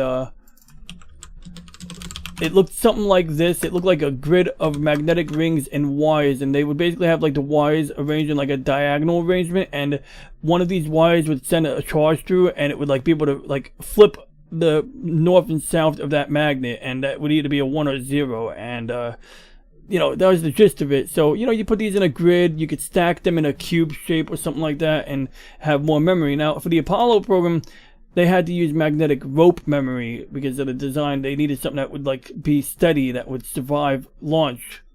So they created these, like, PCB boards where they would, like, and they had women that were sewing, like, you know, seamstresses.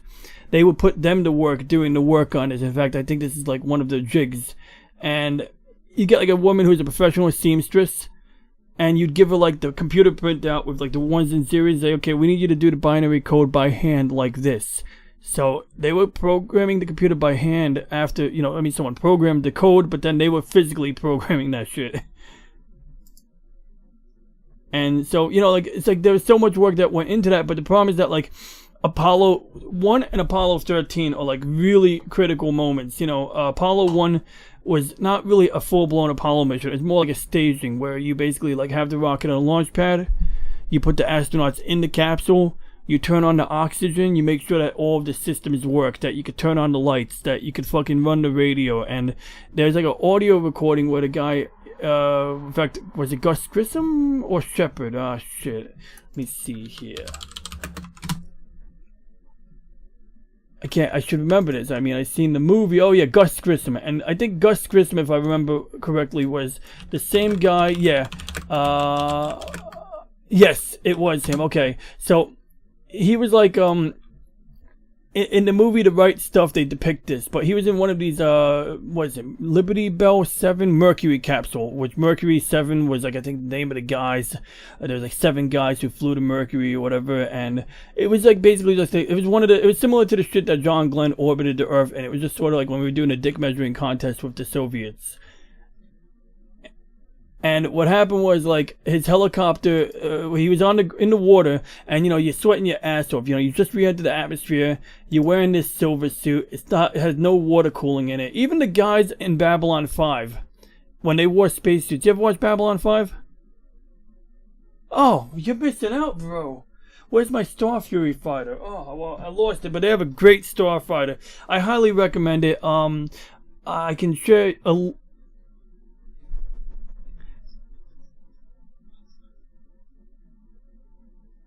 Yo, yeah.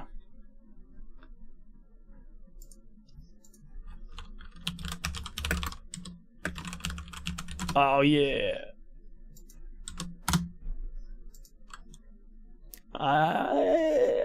I think I can help you out with that. I can help you out with that in the DM after this, because I don't have like the best quality version, but I have a DVD version that's available.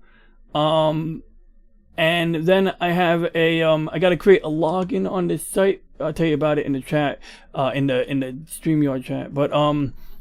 But like, you know, I did buy it on Amazon, and so the difference is that on the DVD version, it's all widescreen, because they did film the show in widescreen, but all of the visual effects scenes, the special effects scenes, because they knew they were doing it on regular TV back then, they filmed it in widescreen, but they knew that they could crop it so that it would be, you know, a square 4:3 instead of 16:9, and it looks fine because they directed it knowing that this would, you know, with the intent of broadcasting it on regular TV. And the VFX scenes, they didn't bother doing them in widescreen because that was just too much more effort. So problem is that when they went to high defing it, they basically had to crop the top and bottom of the square to get that, you know, to come out.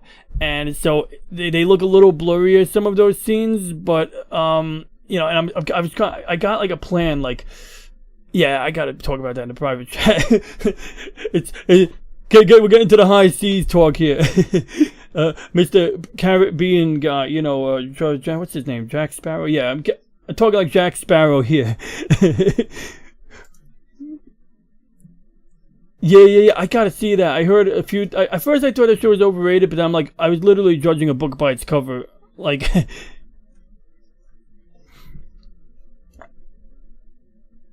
I mean, like, I like Dragon Ball Z when it's in its height, but I was not crazy about it in the long run. I still want to revisit it. I do want to revisit it because I do want to watch through to the, like, I don't know, end of the original show. Then I want to get through that, go through Dragon Ball GT, and then when does the Cell Saga happen? Really? Oh, thank you for saving me.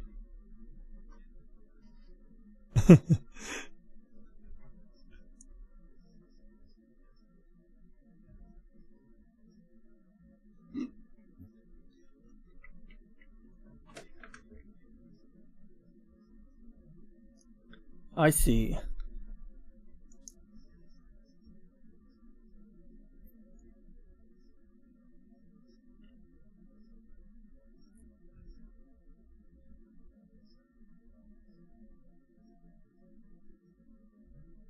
Okay. So I could do that. So I'll check that out then, yeah, because I mean, like, and I'll skip GT. That's good. That saves me a lot of work and effort. Or yeah, I don't want to watch something that's unnecessary here. But you know, Babylon 5 had this starfighter called the Star Fury, and it has like thrusters on both sides, and it can flip over really quickly, because in, you know, space you don't just turn off your engines and slow it down like in Gundam, you know, or, you know, you gotta actually, like, you know, use it. It's sort of like the Expanse, you know, the Expanse, they do it right. And Babylon 5, they take some liberties more than the Expanse does, but they still get the basics more or less correct. So yeah, I'd recommend it. So Apollo 1, so Gus Grissom, what happened was he did the Mercury orbits with this Gemini capsule, and when it landed, I guess he was sweating his ass off, and he was like maybe a little flustered, but there was like a catch that was supposed to stay on the capsule, and they were supposed to pick it up with the helicopter and land on the aircraft carrier deck and then take him out of the capsule. But while he was in the water, the capsule blew out, and he claims he never pressed the button. So, and I'm not saying he did, but, you know, like, there was a whole drama behind it. Like, it was a whole fucking big deal. They were like, oh, the president's gonna be embarrassed because of the Bay of Pigs invasion fail, and now this happened. And, you know, like, there was a whole PR fiasco and shit under Kennedy. So they almost, like, threw him under the bus. Almost threw him under the bus, because they had to pick him up separately, because the lid blew on its own, allegedly, because it has explosive bolts, so it's like sealed shut until somebody opens it from the outside with a wrench or some bullshit. So the guy's like locked in there unless he presses the emergency release or something accidental happens. And then it starts taking water. So he's like, I'm going to drown in this fucking thing if I don't jump out. So he jumps out. So the helicopter picks him up, no problem. Helicopter can pick up man. But when they go to pick up the capsule that's all waterlogged, their fucking guy is getting the oil light on his dashboard, and that basically means there's like metal filings in the fucking engine, and if you don't let go of your payload now, you're fucked. So he lets it go, the thing sinks, and they're all like, I guess for some reason NASA, they wanted to be able to analyze the capsule, or maybe they're a bunch of cheapskates. I don't know why it's such a big fucking deal, you know, but it was a big fucking deal. So years later, Gus Grissom, apparently it didn't tarnish his career that badly because he's in the Apollo program now, and you know, he got nicer suits, by the way. So one day they're doing the Apollo staging. They're sitting in the capsule, they're testing out the communication. There's some audio recordings of this, and you know, pretty tight and shit. Now they had it was a real dry run. Like they turned on the oxygen, so in the capsule you had like 100% oxygen, which is kind of dangerous.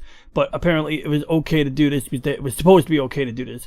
And in this audio you get, in one of the dry run rehearsals, you hear him saying like, how are we supposed to communicate between the Earth and the Moon if we can't even communicate between two buildings? So there was like some like controversy going on where like, you know, there was like, people were a little upset with the way things were going, and you know, things were a little rushed. They were trying to like achieve this goal. You know, Kennedy announced it in the beginning of the 60s. He gets shot at some point, and then like it became a crusade where everyone busted their ass to make this happen or try to make it happen on time.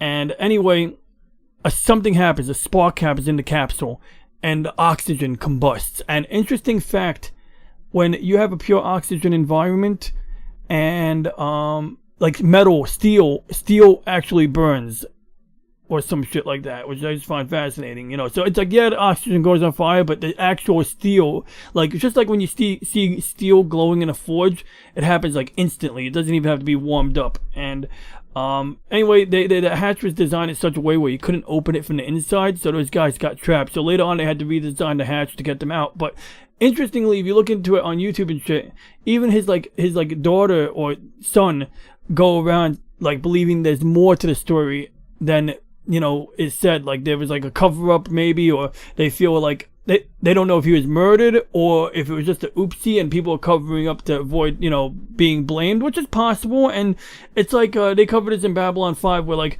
when a lie becomes so big, it's like, you know, the shame of admitting the lie is bigger than the original lie itself, so it just takes on a life of its own and shit. So who knows, but he died in that, and this almost, you know, affected the Apollo program, but it didn't. And then after Apollo 1, when they did whatever, I don't remember the first launch, but it was basic stuff like orbit to Earth.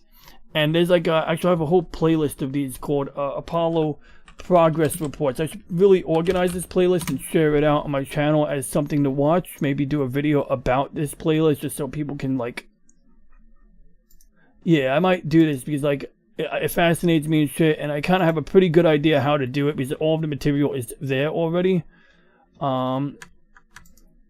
And there's like 2 of these playlists, so let me see here.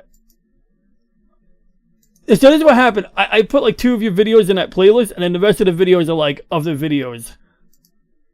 like it's like I did that like 3 weeks ago. It's straight up, yeah. I was watching Zan's with them videos. Oh yeah, I gotta check out the rest of this video in the morning. So I was like, I just called a playlist Zan. And like I have like piles. I have many playlists that are like semi misnamed. I mean, they contain the name and then they contain a bunch of shit not related to it. But, you know, it's like sort of like reminders. So they have these like Apollo status report mission videos, and they go from like Apollo 7 to 14. And some of them are just like basic shit like, how do we design the fucking part? Or some bullshit like, you know, catching a rocket with a helicopter. Well, okay, this is not one of them. This is someone playing a space simulator. So, I don't know, there's some other stuff in here. See, this is what I'm saying about I gotta clean up this playlist a little bit. I have Gemini missions in here too, which I think Gemini is the one that came after Mercury. I think they had the bigger capsule, but it was before Apollo, and this is like the one where they could orbit the Earth, and because they have 2 guys in the capsule, they could hook up a tube to the inside of the oxygen system and then have the guy outside without a backpack, kind of just breathing off of the ship's air supply or some shit. And you know, but anyway, like some of these videos, like I forgot my point, but some of them may go into like detail, like on like little parts, like, you know, like the mathematics of how they're gonna orbit shit, and then like the design and why they designed something a certain way. And I forgot what point I was trying to make about. Maybe I was talking about. Oh yeah, so the. No.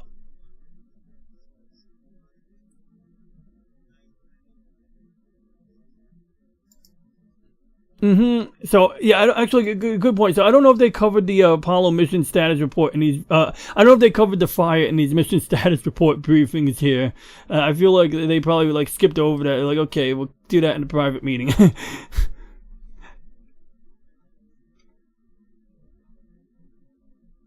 Yeah, let's move on. We can't let their memory go in vain.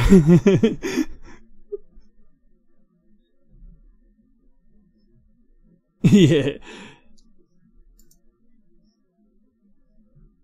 I mean,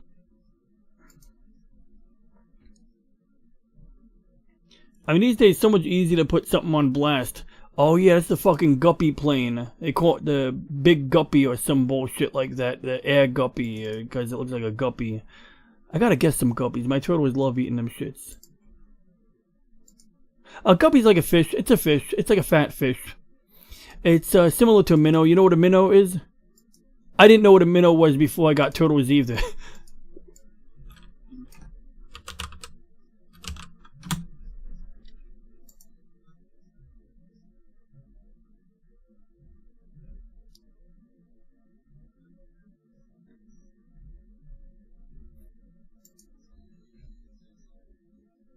I got you, yeah. Like example?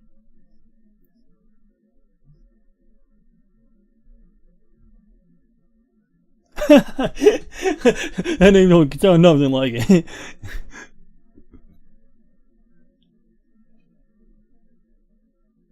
So I used to feed these guys to my turtles. Then I found out I was supposed to feed them guppies or something. I mean, these are healthier than goldfish, but they're not quite, you know.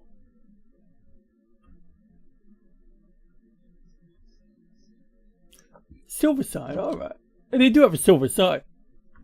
And guppies, and there we go. That looks like a pregnant guppy. Oh yeah, guppies are in minnows. But I learned when I had, so that's why I stopped feeding minnows to my turtle originally. One day I go up to my like turtle tank and I see these like little sperm-sized fuckers fish swimming around. Like they were tiny fish like that, and I'm like, what the fuck? So I discovered that apparently minnows are live carriers. They carry their babies like we do basically, and then they release them, as opposed to normally fish. They'll lay an egg, and then the man will fertilize the egg. And I don't understand how that works. Like, I mean, it sounds like, without being too crass, like they're jerking off on their fucking eggs. I mean, like, I don't know what the, you know, it's like, can they do that anywhere? Do they really need the eggs to do that? And it's like, I'm thinking that maybe there's like a hormone. Maybe like the woman, when she drops the eggs out, maybe she's releasing a scent. And maybe the scent activates the part of their brain that says, time to do this, you know? Because otherwise, I feel like there would be no reason for them not to do it any other time.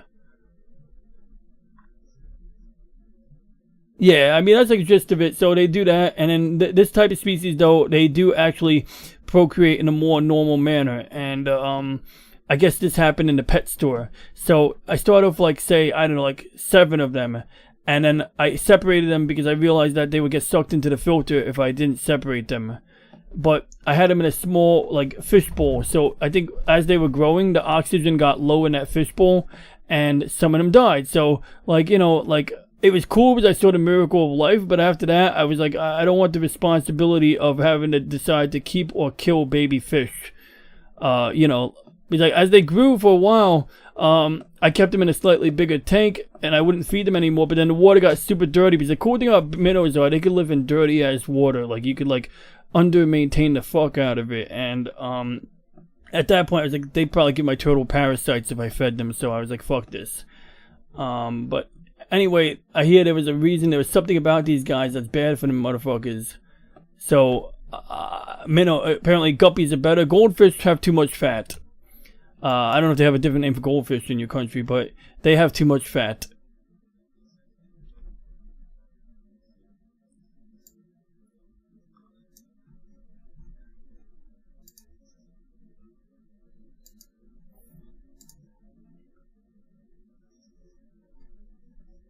Cornelitos. Cornelitos.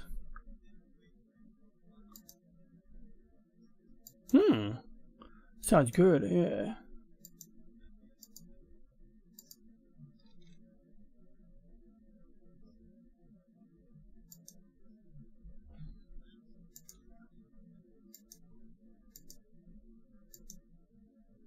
Interesting.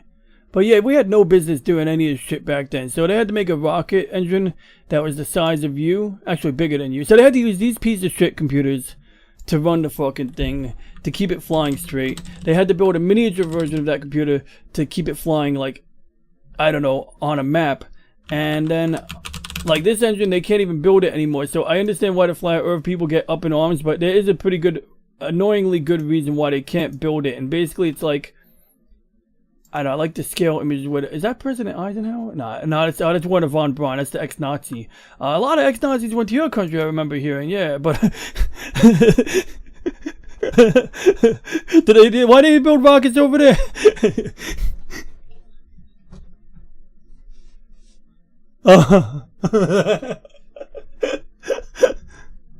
We did get a few bad ones. We got a few bad ones, like the CIA.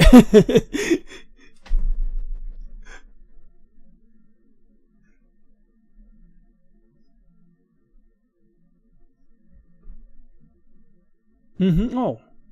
Wow. Oh, yeah.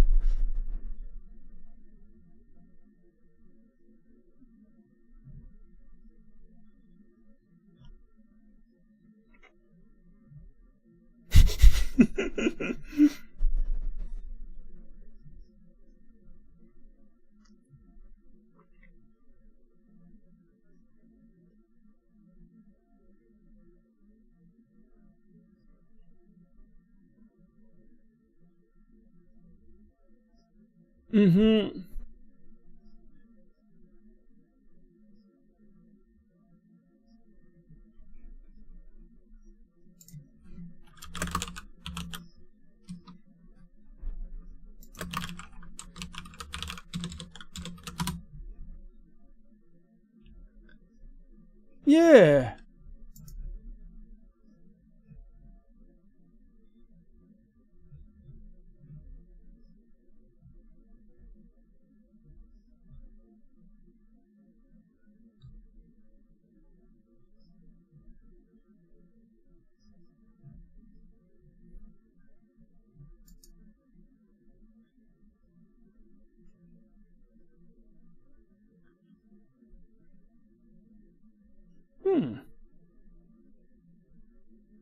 That's cool.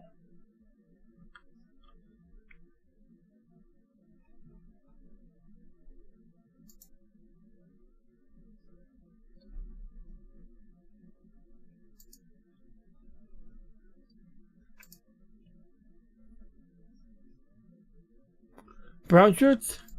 Brown shirts? Yeah.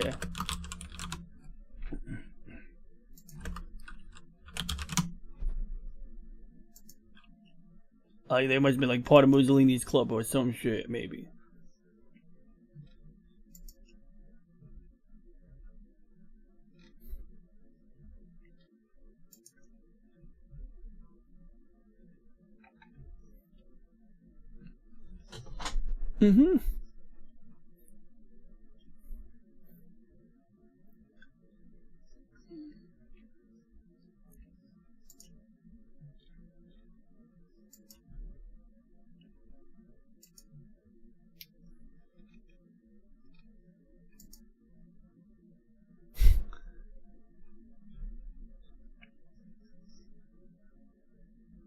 Yeah, so I mean, like, yeah, they weren't. I got you. I mean, look, they would be probably holding rifles for the Nazis if they were in with that club, you know. Oh yeah.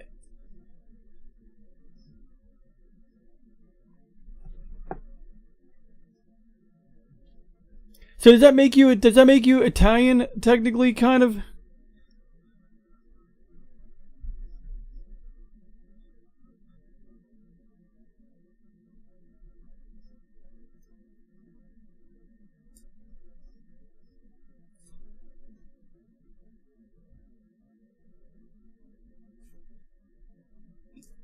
That's cool. Yeah, yeah. I'm like, oh, excuse me.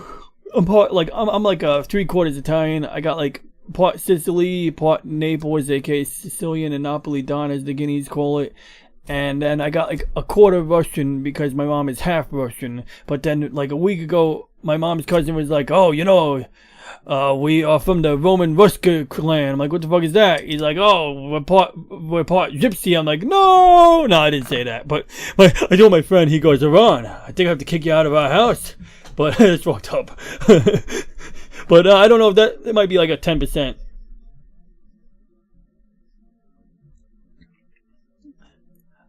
Yeah. Then I started complaining there's a fly in my soup. You ever hear that one? They say that gypsies complain I don't know if they do that really. I mean, I don't think they all do that. But, like there's a stereotype where a gypsy will go to a restaurant and be like, "There's a fly in my soup." And then they'll try to get the soup for free. Like, "So can I get a discount?" It's like...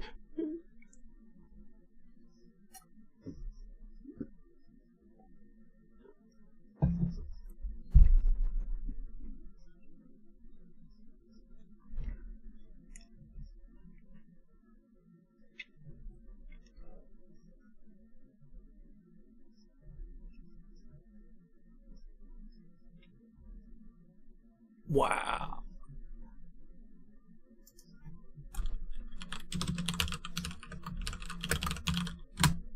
Let's see, it'll autocorrect. There we go.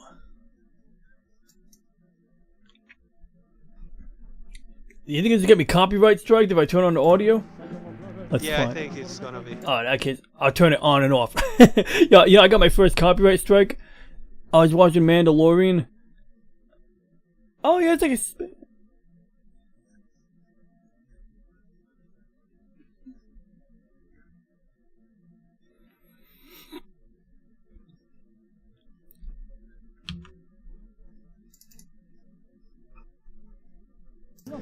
But he had a lot of his own hits, like written and everything.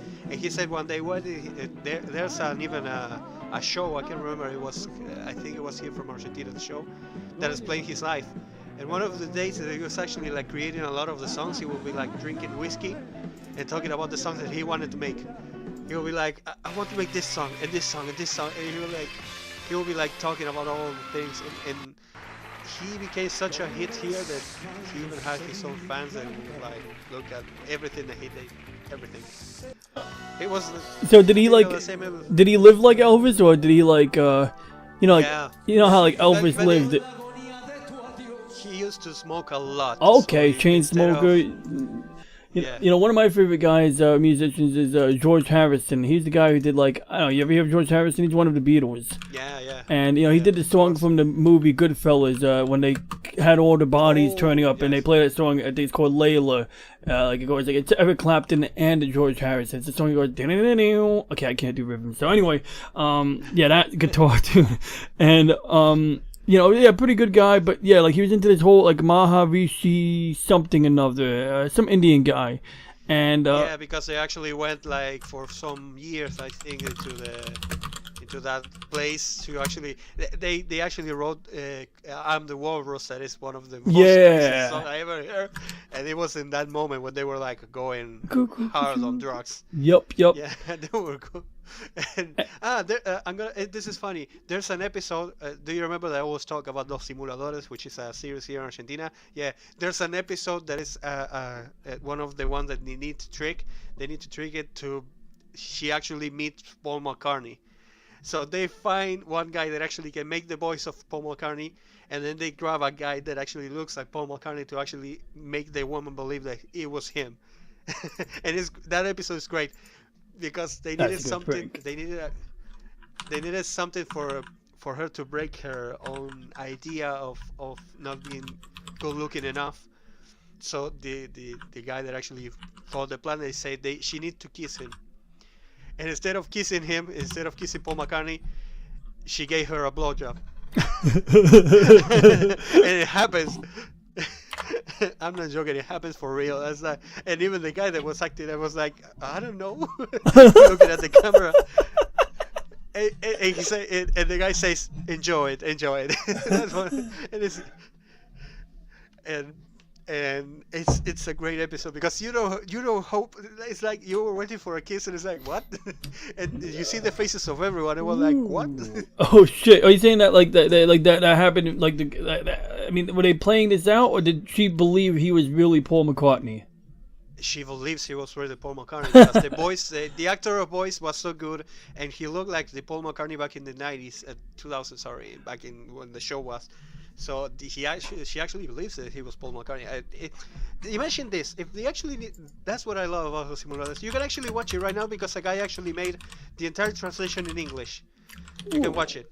Jose Morales? It's on YouTube right now. Los Simuladores. Let's see. Los Señor Simuladores. That's okay. Simuladores.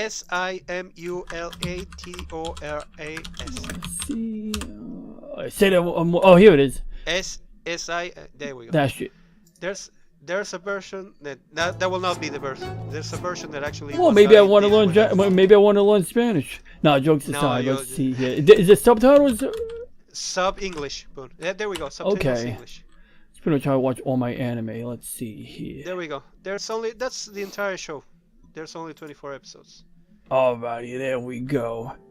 Good. I got my playlist. There's some more episodes, but they actually took it off because if you see, there goes to the first, to second, and third, and then it jumps to the 8th one. Okay, but well, the guy, I got a place for that. Look down there. No. Look down there. There's a link for the entire subtitles if you want to look it up for any other place. Oh, I got you. For some reason, this is a legal patrimonial here in Argentina. But for some reasons, the bastards actually, because it has some of the songs are like copyrighted, they delete the videos. But they're like 2 or 3 seconds sometimes, so it's kind of stupid. But I actually look it up, and the guy is real good. And I actually leave a message if they wanted me to add N to the T. That is like explaining why sometimes some things happen, because this is too much of an Argentinian show. And this is the funny part, it was back in 2002. So when you see the prices of some things or some of the ways of it's like, god damn it, I would love to go back to that time.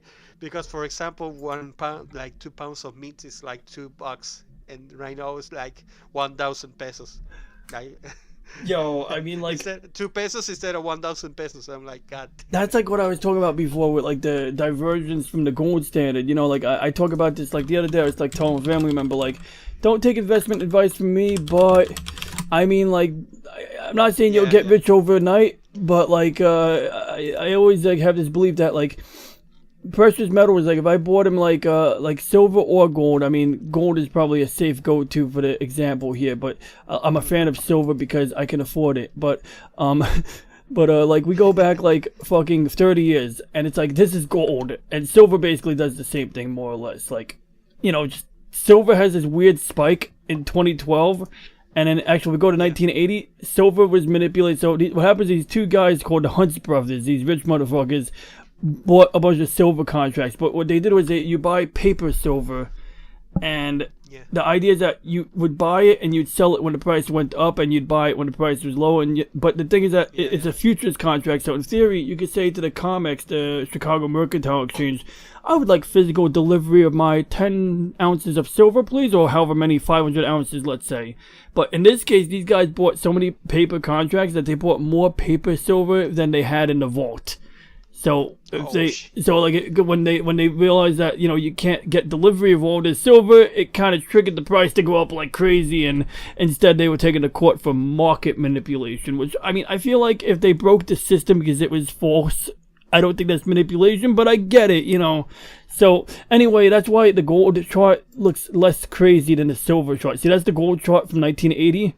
And like silver was like here, but of course the numbers were different. It's just that, like, you know, like silver went up to $50 an ounce, gold was like at like 600 at the time, 700. But the gist of it is that in 1970, like, they don't have the chart going back this far, but if you get like an older chart from like 1970 to like 1930, silver was basically about $32 an ounce. In fact, it was like $32 an ounce to 1933 to 70. And then it went to $40 an ounce in like 1971, and in like 72-ish it went to like $42 an ounce. And then after that, Nixon had to make an announcement because we had a similar situation going on. So before the 1930s, the dollar was completely backed by gold. Like, so let's say 1920s. By gold, I know. No. And it's like 1 ounce of coin, 1 ounce gold coin is synonymous with a $20 bill. So you go to like a fancy suit shop, and you give them like, oh cool, is that Nerdporial life form? I just seen this motherfucker in here. Yeah. Oh, he's on YouTube. Yes. Okay, what time is it? Oh, I missed him. Oh man, look at that. Okay, no, it's cool. I see. I gotta like configure my monitors better so I can see people. You know. But wait a second. Is that how this works? Oh, this is interesting. So remember I put a link in the into the StreamYard chat. Yeah. Apparently, it comes up in the YouTube chat too. I didn't know that. I thought the StreamYard chat was separate from the YouTube chat. Okay, so I'm learning here. I'm learning. Look, this is good. It's good to learn. So anyway, you know, but I don't want to share like sketchy links in, you know, the wrong chat. Anyway, I'll figure it out later. I'll look into how to that. I'm sure there's a way to segregate the chat. I actually don't know how this works, but like when I join other people's streams, like when I got invited by Nerdporial Lifeform when I joined Pacific 414 stream, the YouTube chat was separate from. In fact, like, can you see the YouTube chat in StreamYard? Yeah. You could. I mean, no, StreamYard. In StreamYard, you can watch it if you look it up on the other side. Like, StreamYard has a little. Like, it says private chat and comments. Oh, okay. I didn't do that correctly. That's what it was. So. Yep. Okay, so maybe I have private. Oh, there we go. I get. No, that's not it. Well, I'll figure it out later. Just this is good to know that I need to know this. Wow, that's fucked. Okay, you gotta play. I'm just clicking. That's weird. Okay, God damn it! I can't believe it. Sometimes this Rikita has right now 21,000 people watching, and has gone. I'm not joking about this. He has gone for this like since 2 weeks. He has been like for give or take 10 hours each day on streams.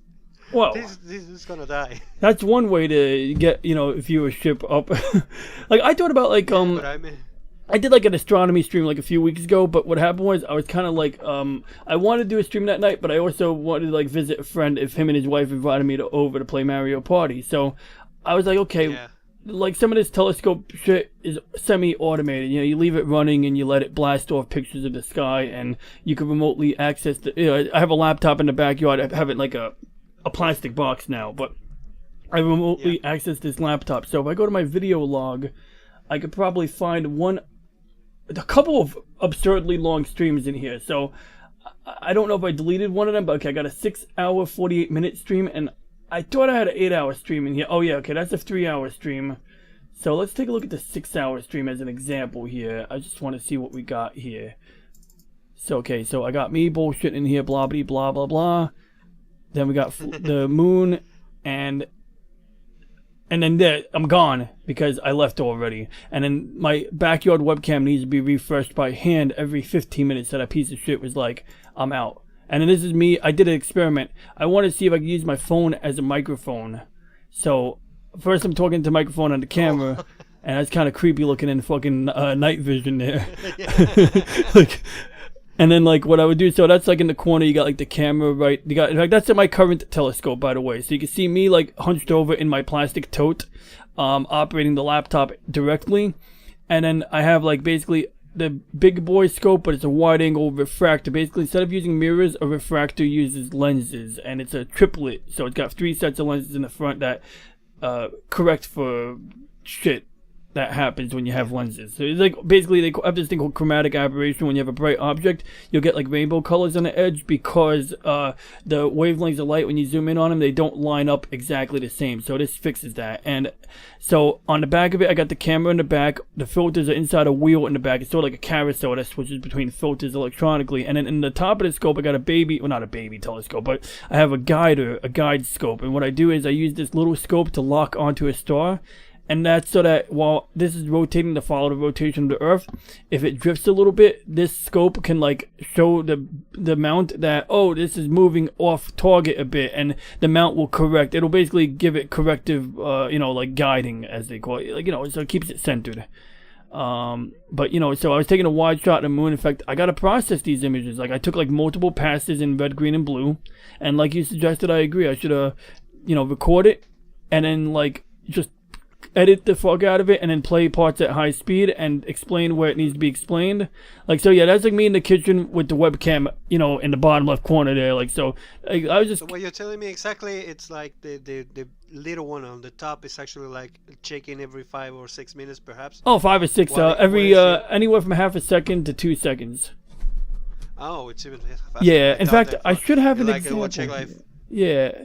No, it's like literally, in fact, I do have an example. If it's not in this stream, it's in the other stream because I definitely did it. So what happened was at some point, I'm at my friend's house playing Mario Party and I'm just touching the computer every like few minutes, like remotely. And what happened was, this is me at like some ungodly late time. I set the computer to automatically take pictures in different filters and then I left his house. And then I woke up the following morning and realized that I might have messed up and it wasted a bunch of time or something, but oh well. In fact, no, I did. It said it took 5 out of 5, so it did it. It did. Do you know? Okay, just so you know, do you know this StreamYard only give you a limit of 20 hours per month if you don't pay, right? I paid the motherfuckers. I think it was like $20, right? I better not pay more than 20. I just said fuck. You know what happened? I was fucking with the settings. I didn't know what I was doing. I said, you know what? If I make more use of this, if it's good, if it's worth it, I'll use this shit. And like, look, you see me right now. Like, I spent like a half hour just fucking around with this shit, trying to figure out how it works. You know. So I knew I was gonna burn through some time because like I wasted like an hour just figuring out how to use StreamYard the first time. Like, so you know. Whatever, you know, but like I see that a lot of people would say I'm not paying these motherfuckers, and I get it. If I had to pay a solidarity tax, I wouldn't be paying this shit either.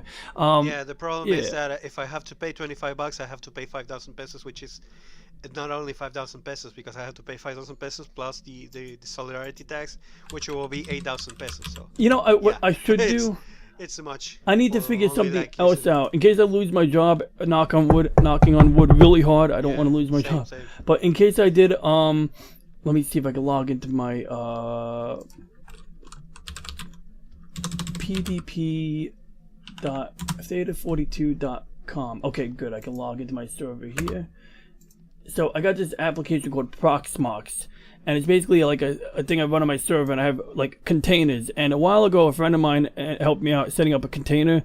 It's like a virtual Linux machine that had like a program that lets me go send a URL out to somebody, and it lets me run a net meeting without using StreamYard. And then I can use a screen grabber on that to do it without using StreamYard at all. And the only reason I stopped using it was because like I was testing it out and it worked okay, but it had minor issues once in a while, especially when I started having more than 2 people on it. And it was because I had a cable modem at the time. And then recently I got Verizon Fios, which like I went from like a 100 or 200 megabit connection to like a gigabit-ish. So now I'm suspecting that my hardware, my network can handle it a little better. So I'd be curious to see if I can make that work and explore. I don't know. I'd share it out, experiment with it. But like, even if I didn't want to pay StreamYard, you know, if I could use something like that to like avoid that, I don't know. I got to look into that. It's like there was a time where I probably would have found something like that to be more appetizing for my, you know, shit.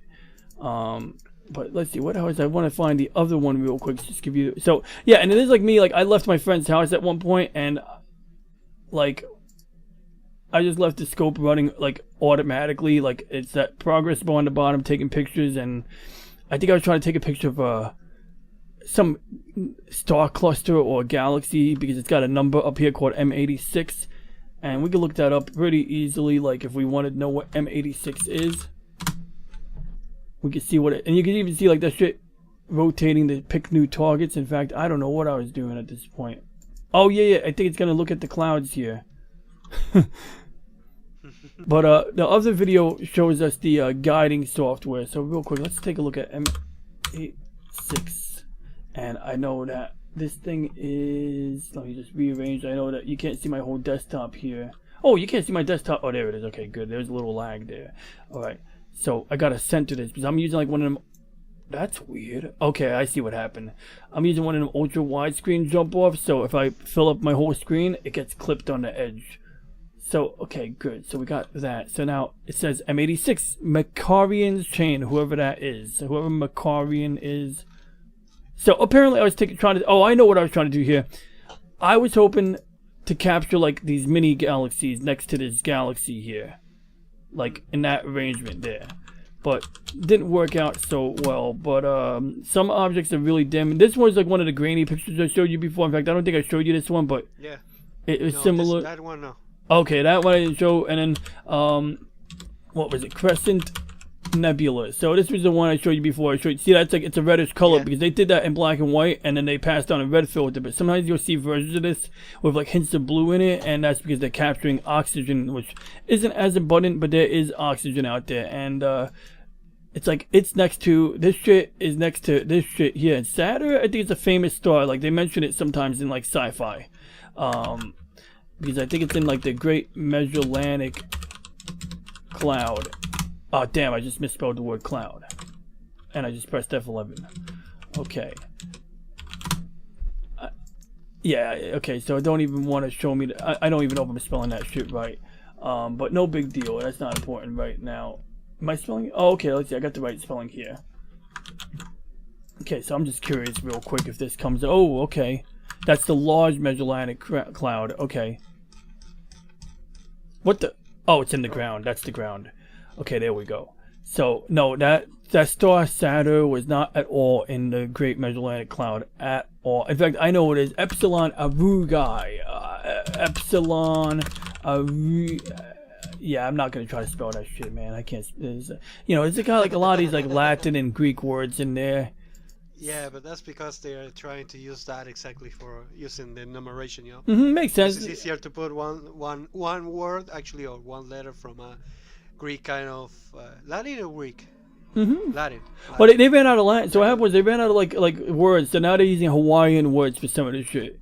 And this was cool. Like we live in the Laniakea supercluster. So you know it's like you got solar system or star system.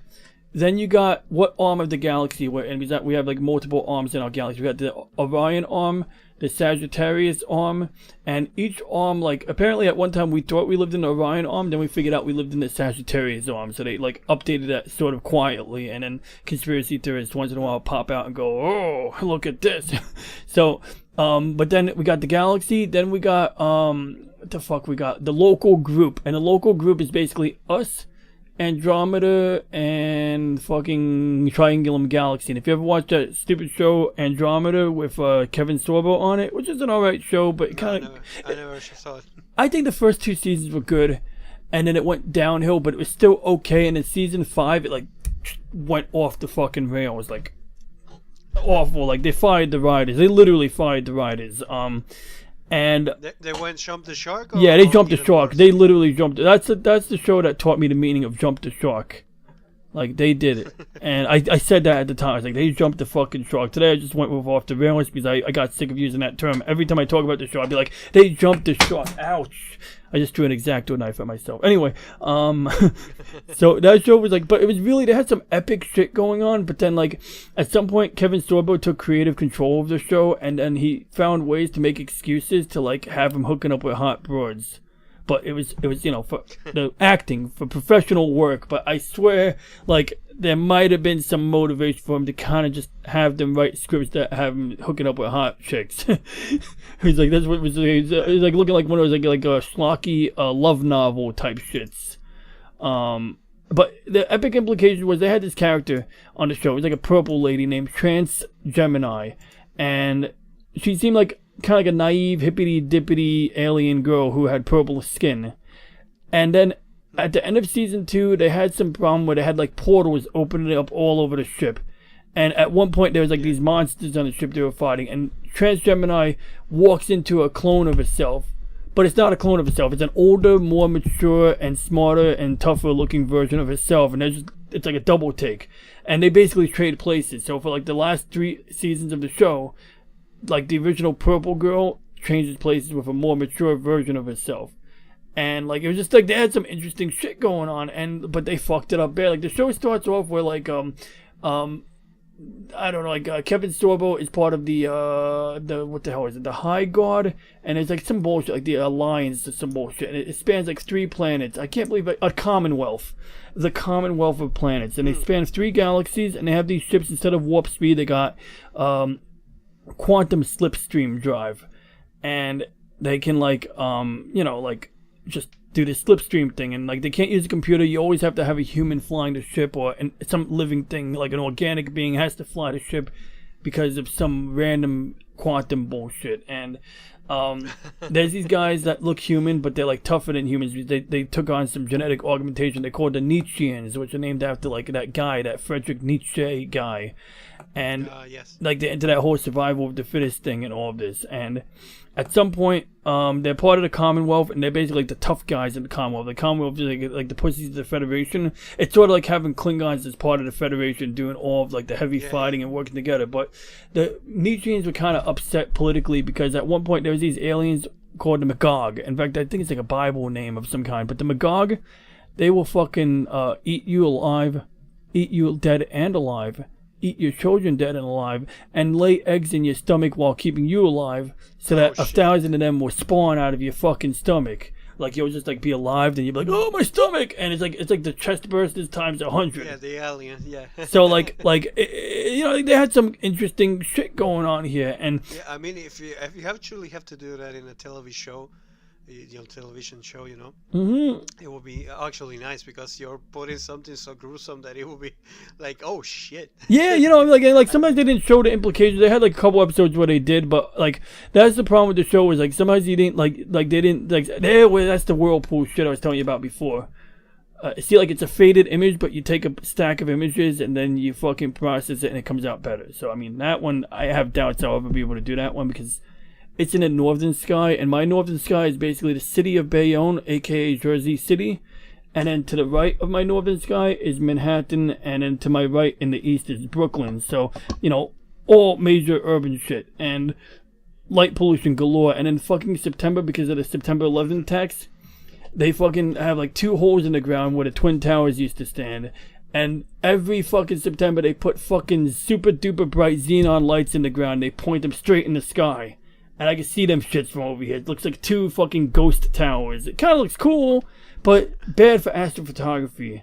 You know, I mean, I get it. Never forget and all of that, you know. But I digress. So the Nietzscheans were pissed because basically the Commonwealth was like, okay, we want to be the good guys, so we'll make a peace treaty with you Magog aliens. We'll let you have those planets with Nietzscheans on it. But the Nietzscheans were like, fuck you.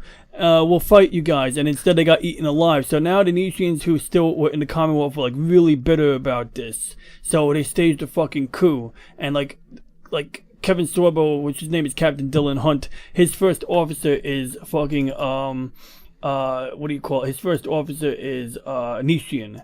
So he like coups him, you know what I mean, coup d'etats him or whatever. And in fact, I'm gonna find you a funny animated GIF that encapsulates the show in one absurd GIF, and then I'll pack this in very soon. Is that, you know, I mean, what else could I cover here? You know, it's like a disorganized stream. You're just shooting off the hip here, you know. Dude, don't worry.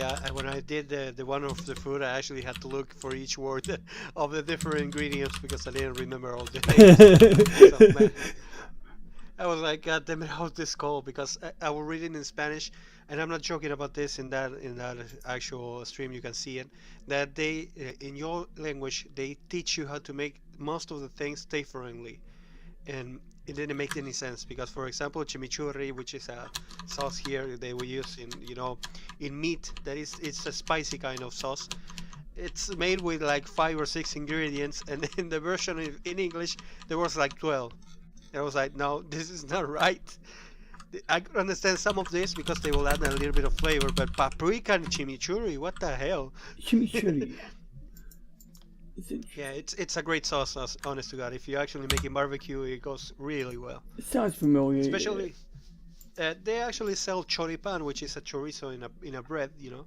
And you cut it in half, you serve it, and then you put chimichurri on top of it, and it's great. But yeah, that's a thing that we actually do here a lot. And in that story that I was actually talking about, that there was a story that a guy actually from England came here, a British guy, and he went to see like one of those soccer games from Boca versus Defensa y Justicia, which is a big one, and he got charged like €4 or 4 pounds, sorry, for a choripan. And the funniest part is like the choripan is no more than 200 pesos, which it will be like €1, give or take. so he got ripped off hard. Well, real hard, because he paid for like 5 times the price of the original choripan, and then it started like saying, and the worst part is that chimichurri was awful. I'm not joking, that was awful. I was seeing it, I was like, what the hell is that? Oh, I see. It's this green shit. It looks familiar. I think I've had something like this before. Is it hot? Is it spicy or is it like non-spicy? No, it's mild spicy. Oh, it's okay, like, mild spicy. have you ever tasted like I don't know how to explain it. Have you ever tasted like how is it called, that one? It's no, not like the taco, because the taco has a lot of spicy. I don't know how to explain it. Have you ever tried barbecue sauce? Yes. Do you see that it's kind of a little bit spicy, but it's sweet? After the Yeah, I had aftertaste? barbecue sauces like Yeah. that. Mhm. Well, that is like that, spicy, but all the time. Like that moment that you feel the spicy, it keeps on being spicy. That is. It's mild. Okay. You see that? Like, you feel like it's mild. You know, it's here we call it apicor, which means like it like tingles in your mouth. That's it. But it's great because it goes great with meat. I'm not joking. It's great for meat because it adds that special flavor. I got you. And it's not. If you can find it anytime, like if you can find a little bit of something to put, try it. I mean, it's not that spicy. Yeah, I try anything at least And once. see if there's because there are two styles of chimichurri, which is great if you can find the smoked one. The smoke is actually more mild than the original, and that goes even better because the smoke has a different aftertaste. Yes. That's I remember interesting. that one that I like smoked things in general. So what I'm looking for, I was looking for a gift, but what happened was I stored it on an obscure ass subreddit that kind of went really. That they went off. They jumped the shark hard, and Oh. it was always an absurd place, like where people would say stupid shit and kind of act sketchy. But it was funny, like, Yeah. you know, it was like an anything goes place. And what they would do is they had this weird policy where everyone became a mod, like Oh, just no, for shits you can gigs. never do that. But in this place, like, people would take things over the top because then some people would just post crazy racist shit, and I don't even think half of them were racist. I think they were just doing it to be stupid. And then like other people would like just like ruin the fucking layout of the place, and then like some people would change it back once in a while. And I don't know, like, and then I went there just now to search for like a post where I posted it, and like it's just like fucking like it's just like the layout is just screwed up. Oh. But yeah, I saved the reference to chimichurri. But let me see. I'm just gonna look up Dylan Hunt. Oh, what the hell is this? Force pike. So in this show and drama, the motherfucker had a thing called a force pike, and it was like a lightsaber, but made of metal rod, and it expanded. And Oh, like the weapons in Mass Effect? maybe, Let me see it. whoops. And I was really looking for like a video clip of one, and I think there is one I can easily find. I think I saw 2 or 3 episodes of Andromeda, but I live in Argentina, so most of these shows they were actually like showing it in Fox or something like that, and they will show it like one season and then they will cut it off. So they most of the time do that. So What am I must be talking about Gundam in there. Okay, so I wanted to see like, I think like in one of these seasons they have like a clip of this guy. Well, basically it's like a metal rod, and it's like one of those like in fact the Japs, like one of these kung fu martial arts. That's what they call them, martial arts people. Not people, but like they have a thing. It's like a pipe or something, and it's like a bow, not a bow staff. It might be a bow staff actually. Yeah, and at the end of this opening, he's using it right here, like it's like a stick, but there's like a funny. that is a bow staff, yeah. But bow staff, and he could hold 2 of them and like use them, I guess, to bop people on the head or some bullshit. But there's a clip of this guy in one of the openings, like the end of the opening of the show, where he just holds it up like this, and I think it's like almost like a fucking fashion shot to show off like how cool. Oh, that's it! Damn it, that's the one. That was the one. I saw it. And like what I did was I took this and I made like I made like a looping animated GIF of this, and I don't know. It's like a little stuff that is actually grows into that. Yeah, and it's clearly CGI'd. You know, they CGI the animation and then they give him a solid stick. You know, and that's cool. You know, I'm fine with that. You know, I'm not complaining. You know, they did a lot of weird things on this show. Like season 1 was fine, and season like fucking 2 or 3, they added, like I think it was season 2, they added this thing. If you look at the top over here, like it's a series of lights. So you're operating the sensor console, or you're doing some hyperdrive shit, and then when you're done, you press the button and this thing retracts. And I don't know, it just kind of looked kind of pointless, you know. In season 1, the pilot chair was in the position of the captain's chair, but it had 2 joysticks on it, and the chair would tilt and tumble when they were in hyperspace, you know. And that kind of like looked absurd but cool, and they were constantly changing things on the show. And then season 5 jumped the shark, because what they did was they fucking like got stuck in one star system in the middle of nowhere, and the ship was low on power, so everything they did, they didn't do anything on the ship. Like, it was, I mean, the only time they went on the ship was to talk about how Kevin Sorbo is alone, and the ship has no power, and the ship's computer ain't talking much, because they have an AI on the computer. In fact, the ship has like an AI that runs the whole thing, and it's a bitch from Stargate SG-1, the doctor, the lady who replaced Dr. Fraser in the late half of Stargate SG-1, or later quarter of SG-1, and I think she's like part Chinese, or Chinese and Spanish or something, you know. She looks, you know, kind of, anyway, she's cute. Anyway, so she played the computer, the AI in the show, and they built a fucking they had a hologram on the ship. But the weird thing was that this AI was one AI, but she could have the hologram interacting with the instance of herself on a computer screen, as if it was 2 of herself at the same time. And then they built a body for her, like Lieutenant Data on Star Trek, but it was her, and she'd go on a planet and beat up some guys, and she'd be like, I am a warship. And I don't know, it was kind of interesting. Like, they did some cool things, they did some things right, and they did some things really fucking wrong. But getting onto the topic, you know, auto guiding. So this is what I was talking about before. So if you look at the bottom here, you see it says like 1 second. So that basically means it takes a 1 second exposure, just like when you keep the shutter open on the camera to collect more light.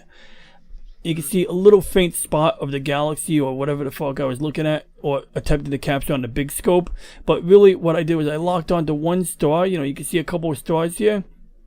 And normally if this star moves up, it'll be seen in the top right corner. So might be hard to see. And let me see if I can, whoops, that doesn't help.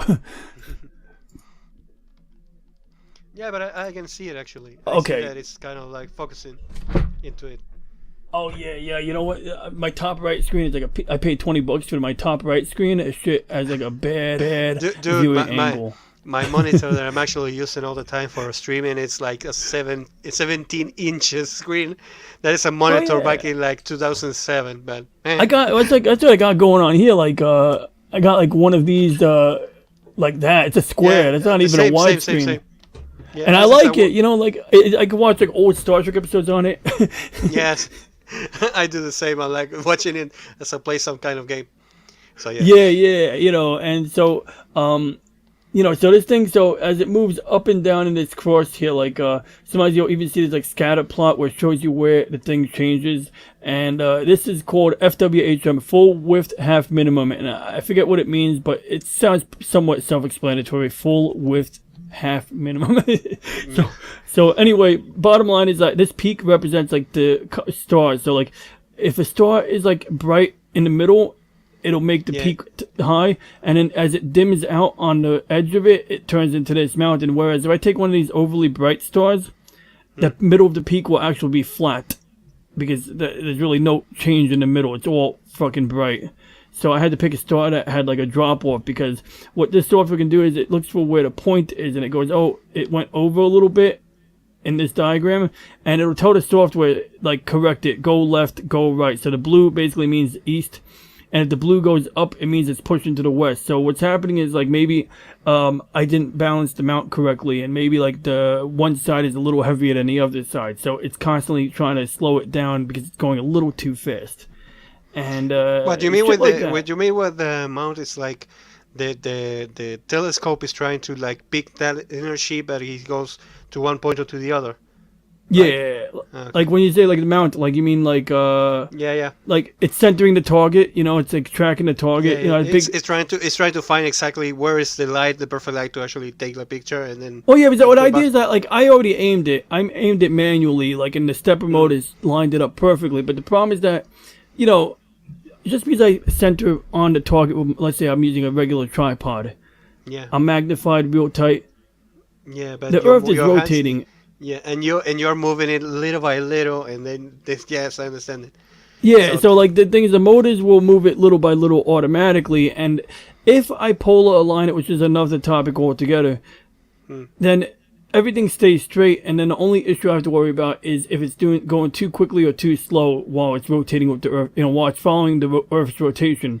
But in reality, this mount cost me $1,500, not $4,000. So there's gonna be some minor imperfections, and there's people that get by with a $700 mount. There's people who get by with less, But this compensates for the mechanical or electronic imperfections that may exist for one reason or another. Maybe in the winter, the grease in the bearings gets like a little thick, and it just doesn't glide right. So this compensates, and it'll go left or right or north or south, east or west a little bit in any given direction, because what will happen is if you don't have this, and let's say I don't turn on the guiding, let's say I click on a star and I don't turn on guiding, it'll gradually drift like where my mouse is going like this. Yeah. And It if will this go was like all the a way, galaxy yes. here, it would get blurry and it would be like streaking basically. So Yeah. that's the gist of it. And plus, if you got to take like a picture of a galaxy for 5 minutes to catch like a dim glimmer of a spiral, if that thing That's don't, the funny part, because we can understand it that we don't feel it, but we're actually like moving at the speed that is incomprehensible to ourselves. and so, So even if, yeah.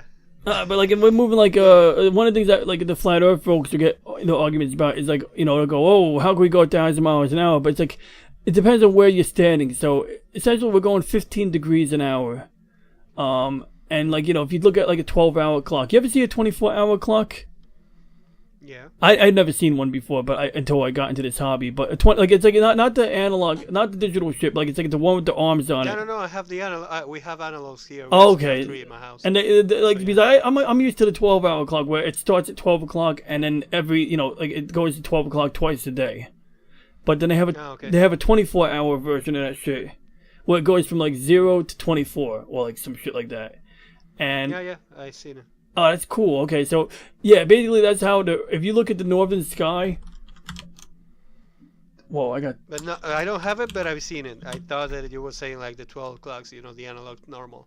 Yeah, But see, yeah, I've seen the 24 too. okay, so yeah, so like what I found out, I didn't even know there's a 24-hour clock of that design until I got into this shit. But if I go to like the northern sky and I turn on the equatorial grid, so basically like this ain't straight above my head. This is at like a 40-degree angle, and if I was standing in the North Pole, this would be like directly over my head.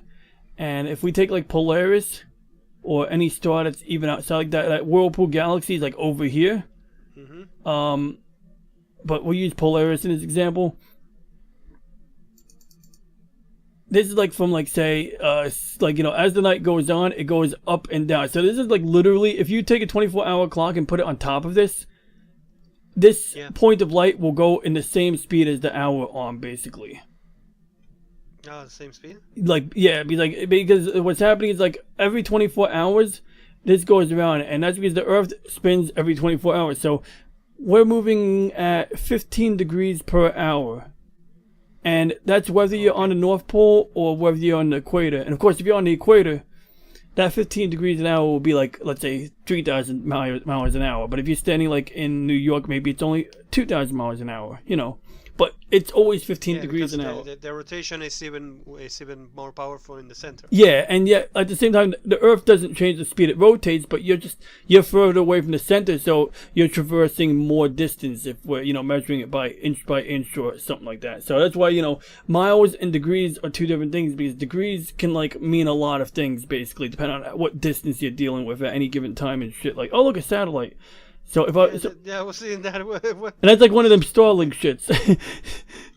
There might be like another one right behind it, but a lot of people complain about the Starlink satellites. But what happens is when they first launch, there'll be like a group of them in a train, but they have an ion engine basically. And ion engines like they are efficient. They don't use rocket fuel. They can run for weeks on end, but they take a long time to speed up. So what they'll do is they'll start off at a low orbit, all close together. And then over the course of like 3 weeks, they'll accelerate. And as they go to a higher orbit, they spread out and they're not as visible. So I just thought that was something worth noting. So that cigar galaxy that we looked at before is like down here. So I got to look at my northern sky. But the cool thing is that I can see the cigar galaxy like all freaking. Whoops! What did I do? Uh-oh. Oh, wait. Whoops. I think I broke it. Oh, that's... Oh, okay, no, I didn't break it. So, as the night progresses, you know, the cigar galaxy is there. So, I can see it most of the night, and it never gets blocked by anything except for the sky. Because, you know, the sun rises. But if I go to, like, a target over here, like, these planets are a pain in my ass. And let me see if I can, like... there's a button I can press to see, like... Plane of ecliptic planetary stellarium planetary key. Okay, so why am I? Oh, I'm in Google video search. Okay, that's why I'm on game. Okay, there we go. Control button, and there's like different shortcuts, but we want to see. Okay, there we go. Oh. Okay. Is that all I have to do? Nope. That turns off the planets. Comma. Ecliptic of date. We're getting warmer here. That's not the one I want. But there's like another line. Colon? Okay, semicolon. We'll try semicolon. I'm gonna press any key. Whoops. Okay, that don't do it. Oh, okay. Oh, that looked cool. So it's actually okay. This I just pressed the random key, but it's showing with the path of everything. So Saturn is following this path, but you get the idea. So actually, I'll show you the idea right now. So we'll go back to fast forward. First, I'll rewind it, so we kind of see what happens.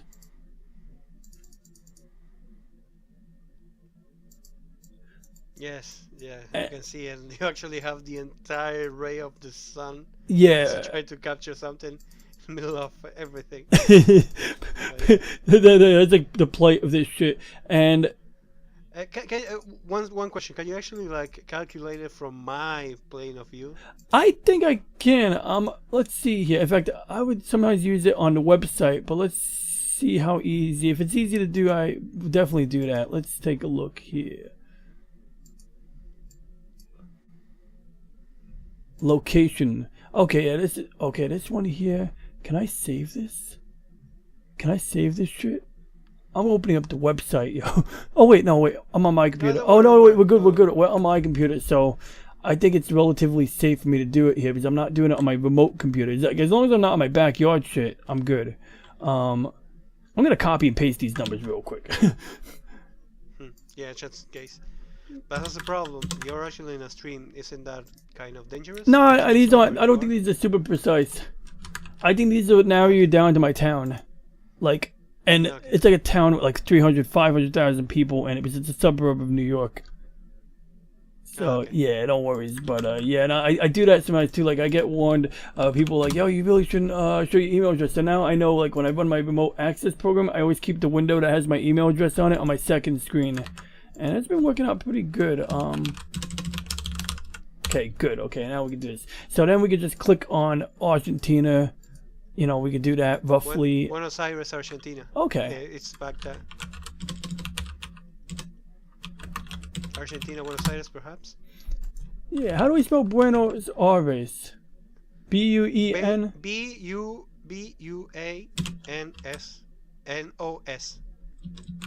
Buenos. Oh, there it is. Space Iris. There we go. There we go. Perfect. Okay, so that's Buenos Aires. And then what we're going to do is we're going to switch to the current time. So we can do that by just clicking here. So now you're in the... What's cool about your situation is, so when I was using the North Star to polar align my ship before, I can't see the North Star where I'm at anymore. So if I was over where you're at, I'd have to use the southern celestial pole, as we call it. But I don't have a North Star over here. Up here, we got like a few constellations. We got like this triangular shit, and there's like another constellation that's popular for alignment. It's a little trickier from what I can figure to align in your part of the sky, but it's not impossible. Like people have to do it. But what's cool about your part of the sky is, let's turn off this shit for a second. So that's like the Milky Way, like we're in the Milky Way, but you can see the disk of the Milky Way here. There's like fuzzy shit, and over here, like where I'm at, I can only see I can see the edge of this shit. Like I can see this part here, but you can see like the center of that fucker. So I'll give you an example now. Let me just adjust the button here. Whoa, whoops. Uh-oh. Oh?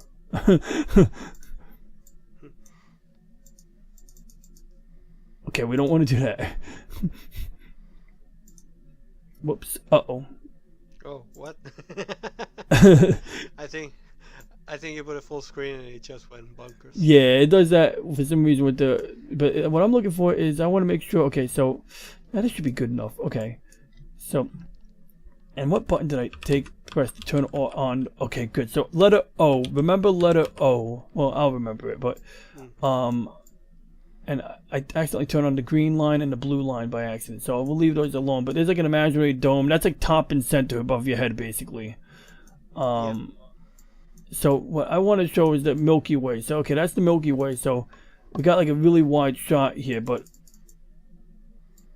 like, it does that in your fucking sky. You're lucky like that. Like wait, I'm going to do that one more time. Yeah, it does that. Like, you're lucky. Like... If I was to like have like even a wide angle camera on a Star Tracker mount and I was able to make the mount rotate with this, I could take a picture of this whole fucker here. And I mean, if you're near a city, it might be harder, but you know, it's like the gist of it. Like you can see the whole thing. Oh my god, it's like lucky. But anyway, getting back on topic here. So whatever the topic was, you know, doing the same thing. But yeah, so it's like, you know, it's like some of your options, and like Vega is something that's in my northern sky, but it's like really low. See, like this would be like an impossible star for you to capture because like, or I mean, you could observe it, but like, you know, it's like you get like a narrow window. It'd be like, okay, 2,300 hours is like, I don't know, like 11 o'clock, and then like 6 a.m., which actually you can see it all night, but realistically you're gonna, whoops, oh god, you're gonna have buildings blocking it here and here. But is there anything you wanted to see in particular?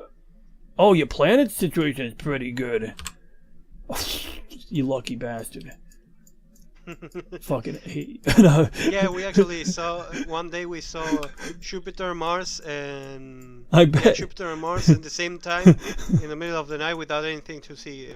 Could actually see it. I can see them with the naked eye, but I gotta be looking in the southern sky, and I mean these shits are like right over. Like this would be amazing. Like my scope would just point straight up, and the thing is, the atmosphere is much clearer when you point it straight up. Like I have like even with my orange telescope, which gets lots of zoom, I gotta fight the atmosphere. And this is like this guy in Japan who posts videos of shit like that. He uses a telescope from his deck. I don't know. He's got like an apartment. I don't know how he does it without it shaking. They must build stuff well in Japan. They get earthquakes, so yeah, you know.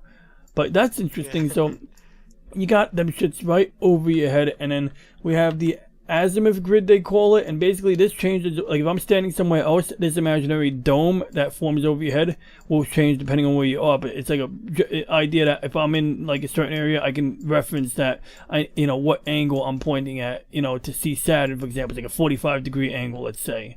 But then the other grid I was showing you was the equatorial grid, and this is like an imaginary. If you had a globe, this would be like if you were to draw a bunch of lines around the globe, that's what this is. So that's why, you know, when we changed locations, this stuff was originally blocked by the ground in New York. But in Buenos Aires, we have no problem seeing this. And in fact, I would say, what's the angle here? In fact, let's go and turn on the azimuth grid. So 30-degree angle. So based on this, I know that the latitude of Buenos Aires is about 38, 37 degrees south.